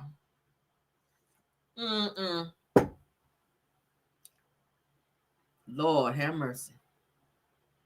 Lord. I can't even unsee this, Lord. Lord. Child. Funky. This is too much for me. Lord. Lord. Lord, this is your child, Lord, okay? This is your child. He is really rocking this shit, y'all. Funky really think he is serving the girls with this shit. Sorry. I'm sorry, Funky, okay? We got to look at some more man unit pictures. I'm sorry. Child, he done put the shades on, girl. Baby, he is out in the streets showing off this unit, Lord. Lord, Lord, Lord. He is letting the wind blow through his unit, Lord. Lord. What y'all think about this? Y'all feeling this unit? Y'all feeling this unit? This shit is so crazy. Y'all feeling this unit? Jesus. Baby, he looking at, in this picture right here, he looking like he about to pull somebody for real. Somebody's son about to go down behind this unit, okay? He about to take somebody's son down behind this unit right here, girl.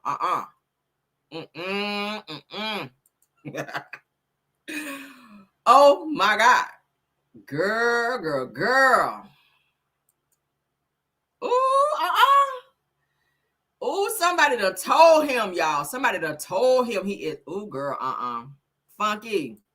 Funky, we got to talk, okay? We got to talk, Funky. I'm sorry, but we got to talk. Something in your soul ain't right. Some of your soul ain't right behind that. Ooh, child. Let's move on, Lord, because that about took me down, Lord. Ooh, get it together, real. Get it together. Okay. I don't know who I want to play, y'all, because I got two videos. I got Tia Kim and then I got Jaguar Right. I was gonna play their shenanigans, so I'm gonna let y'all vote. Do y'all want to hear Tia Kim or do y'all want to hear Jaguar Right? Because they both snapping off. All right, pick your snap off. Pick your snap off. Pick your snap off. Or do y'all want to hear both? All right. Let's see. It's 10 minutes and 57 seconds for Tia Kim, honey. She is going off. Do y'all want to hear Tia Kim or do y'all want to hear Jaguar? Pick your pop off for today. Y'all said Tia Kim. Y'all want both. Baby, because Jaguar is going off on Beyonce Mama too. And she's going off on Shannon Sharp too. Like, she's going off on everybody. So we'll get into Tia Kim, honey, because she is going off. I found this video. I said, oh my God. Y'all like Young T. Me too. All right, so let's get into it. Because, baby, y'all know Tia is going to always clear the girls. All right, let's go ahead and make her big. Shout out to Reality Queen TV, because this is what we watching the child. Baby, Tia is snapping off on Shannon Sharp and everybody. All right. Time up there, they touched the girl's life and order. Y'all niggas is trash, man. Y'all niggas is trash. Call your mother. You're not fucking rich. Bitch ass niggas. I'm so sick of y'all niggas. Y'all niggas is poor in spirit. It's sad. It's sad. Car show. Half of you bitches ain't car connoisseurs, ain't got a car and going to a bitch car show, spending thousands of fucking dollars. Go buy your baby mama a car, bitch. You old know nothing ass niggas towing y'all old ragged ass, old school ass cars to a nigga car show for thousands of dollars to stand next to a nigga. I bet you ain't even bought your fucking stepmama a car, bitch. And that hoe might have been on the field with you and feed your dusty ass running water to your fuck ass while you was on the bench. For many years when your mammy wasn't there, she might have been out sucking dick and selling whole $2 ass pussy. Jesus. Let me stop. Because y'all niggas pissing me the fuck off. I swear every time I look in the blogs and read something about these old bitch ass niggas, I say, you know what? These fuck niggas get all this money and build up these empires, and look how they let these snow bunnies take it down. I don't feel sorry for you, Shannon Sharp. I don't feel sorry for none of you motherfuckers. I don't. Because Cat Williams sat there and told me, hey, we all love white women. We do, but I'm scared of them. Y'all niggas are, see, when it's one of us trying to, I don't even see none of us trying to sue these niggas for millions. Do we? We get battered, abused, and every fucking thing else turned every quality TV, Queen TV. All right. Fucking way but loose. Left with mental motherfucking goddamn illnesses that you can't fucking cure. We don't even try to go sue these fuck niggas, do we? Bitch, I need me 50 million. You bitch, you rich. Give me 50. I ought to go dig up some shit. If it's that easy, dog, I ought to go dig up some shit. I got a bazillion text messages of nigga trying to make me freak out and all kind of shit, saying all kind of weirdy, deary shit to me. Dude, I can get 20 mils. But I be fucking labeled as old gold digging ass bitch. If I go file me up, get me Jip Busky. What that fuck ass pinch nose motherfucker, pinch cheek bitch? Got all these bitches going against these motherfuckers and robbing their fucking bank up. If I go get me a Buzzy. We about to now. He too busy trying to pocket his manhood. Just be a trick.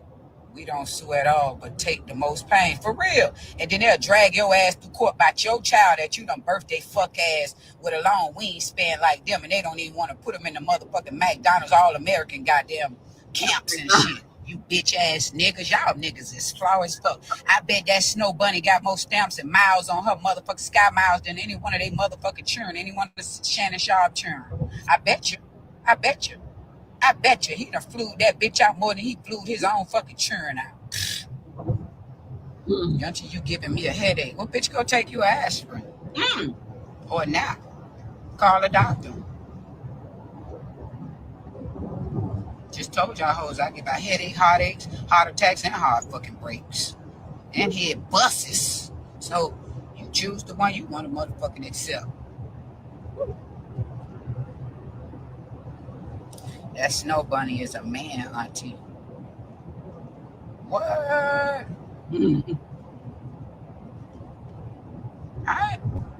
That ain't no man. She was acting like a man digging them fingers up in the nigga bungie. That's what they've been coming out saying. Yeah. I said, we ain't finna do all that. I wish a nigga would tell me stick my fucking pretty ass fingernails up in your ass. Boy, the way I wait for you to toot your ass up and keep you in that bitch cross the fucking room, fuck nigga. That's why they don't play with us like that. They get rid of us quick. She is roasting his ass. Y'all hear me? It's a lot. Don't get scared now, niggas. Don't get scared now, counsel all your little snow bunnies. You rap niggas and you industry niggas and stuff. You old industry niggas, athletes, all y'all niggas. Don't get scared now. Can't block all your snow bunnies. They coming. 1, 2, the snow bunnies come. The bunnies coming for you. 1, 2, the bunnies coming for you. They is. Now I see why they go be with them snow bunnies. Oh my God.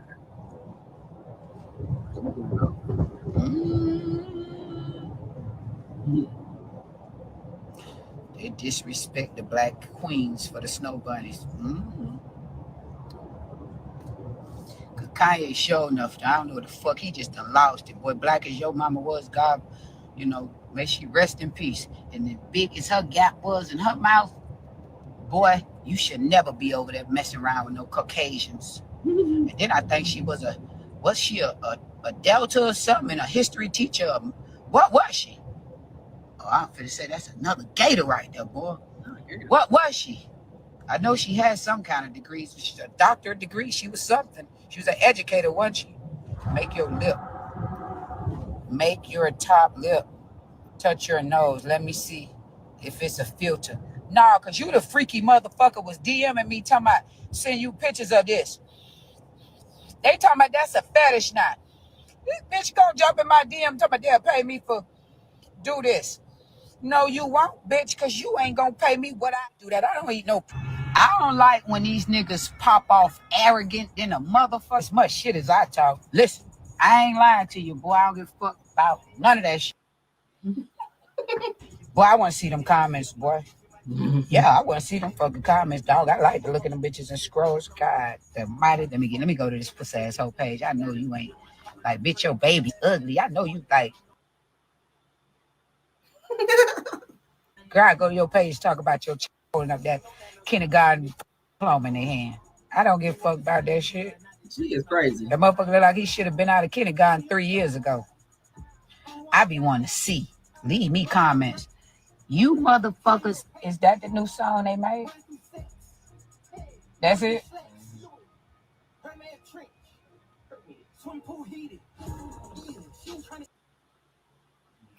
These niggas limiting their comments. Now that's how you know when they guilty, dog.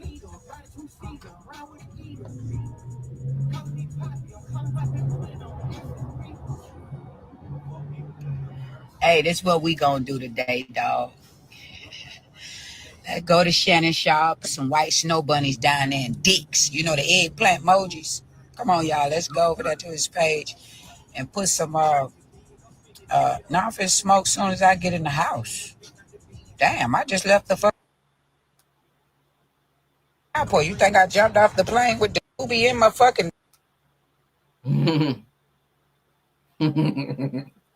Hold up, like, bitch, I ain't trying to get off on the fly, the no-fly list, girl. Listen, boy, but the airport, bitch, no, ho, I ain't flying off in that bitch, because ain't no nigga give me they jet, bitch. Up in no airport, no, ho, I can't do that. I gotta go get this paper. Shit, girl, please, I know, bitch. I go broke trying to charter jets, ho. Shit, they ain't got no charter jet fees in China, do they? Huh? Yeah, let's go to Shannon Shaw page, and we gonna put the white bunnies and the dick emojis. That right there. Yeah, and put a money bag. Snow bunnies and your dick taking your money. That's what that shit's saying. We ain't even gotta type out nothing, just emojis. A money bag, a white snow bunny rabbit, and an eggplant dick emoji. That means the snow bunnies is out to take your money because you're slinging dick. That's for any of these niggas out here, nieces. Go to any fucking industry ass nigga page, rapper, actor, athlete, whoever. And if you know they tricking off with snow bunnies, drop that money bag emoji down there, that dick emoji, that eggplant one, and them fucking white snow bunnies. I'm finna go to all that shit, watch and see as soon as I get in here and charge my shit up. I'm finna eat me, smoke me a joint, eat me something, make me a smoothie, and go to sleep because I got a flight early in the morning again. I'm glad I packed my shit. Raleigh, North Carolina, Young T on the motherfucking way. I got 3 clubs to step into over the fucking weekend. It's up, man. I pulled out some fly shit for y'all because y'all paid a bag. I pulled out some fly shit for y'all, man. Everybody don't get Young T with $1,000 jeans on and Come on. $2,000 outfits on and shit like that. You feel what I'm saying? I went in the back of the closet and popped tags for y'all. Come on, Tag. Yeah. I got my cowboy hat. I got some cowboy boots in there, 2 pals. I brought some shit, dog. Oh, yeah. Yeah. I got some of them. I can't even pronounce them goddamn jeans. What the name of the motherfuckers is? I don't even know. But they from Saks. I wore them one time. Acne Studio jeans. Pop them out, man. Pull them out.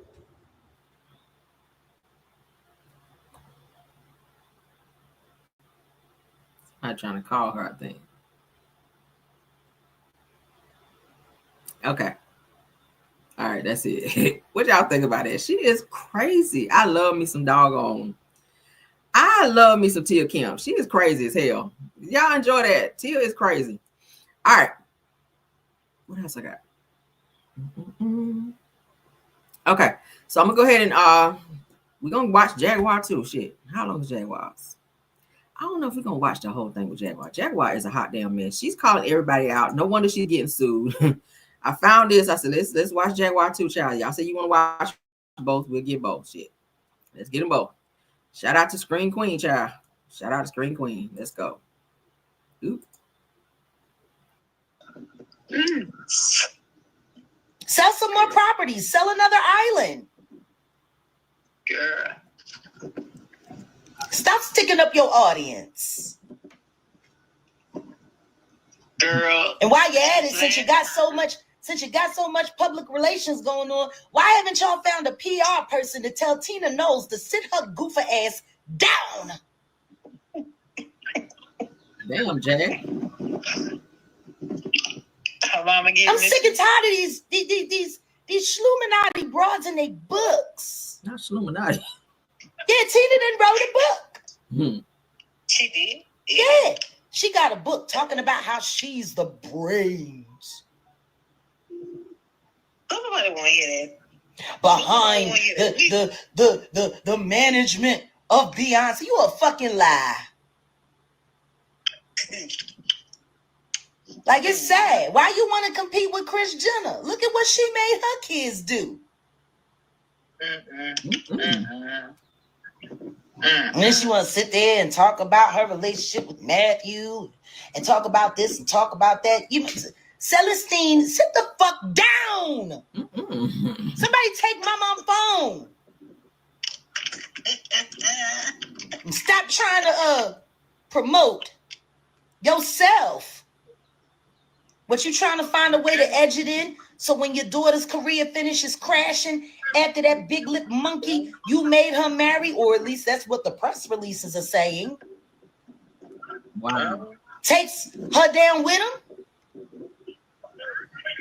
Oh no. I don't know. What are my thoughts on Shannon Sharp? You need to go on over there to real life.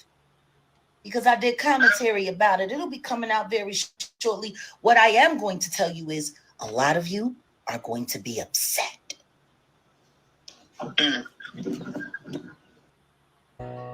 One can disqualify you from getting a life insurance Jaguar policy is a mess, ain't she?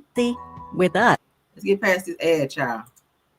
Child. Everybody catching strays. Y'all know Jaguar don't care. That's what I'll say.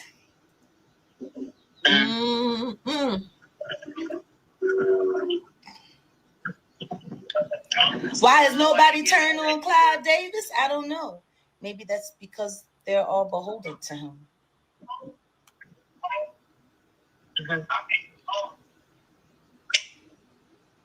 It's wild. I'm just tired.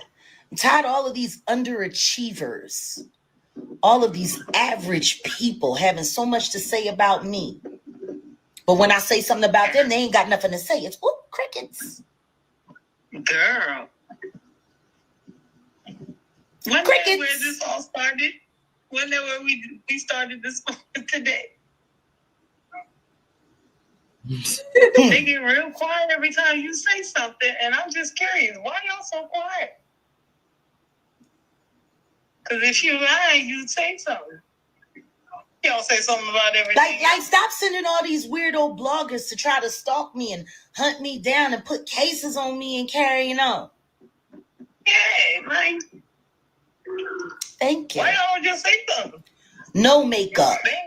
No nothing. See, I woke up like this. It's just weird. That's supposed to mean. It's weird. Because see, the truth is, what people are really afraid about is that I'm back in the studio.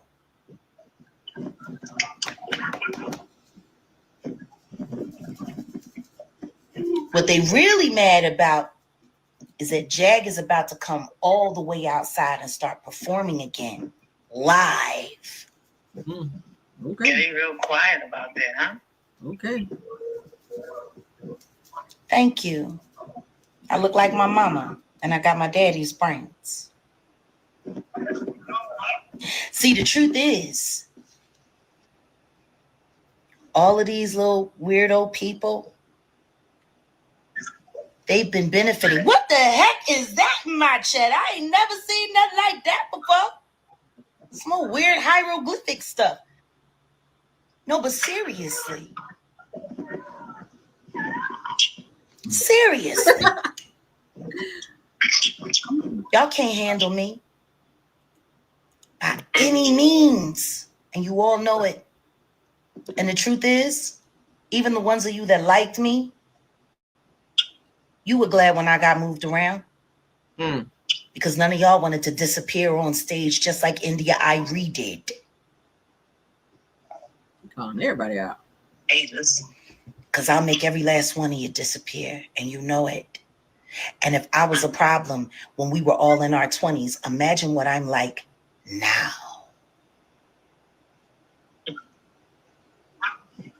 See, y'all enjoyed watching these weirdo so-called black elitists run down on me so y'all could keep getting your little bitty bag.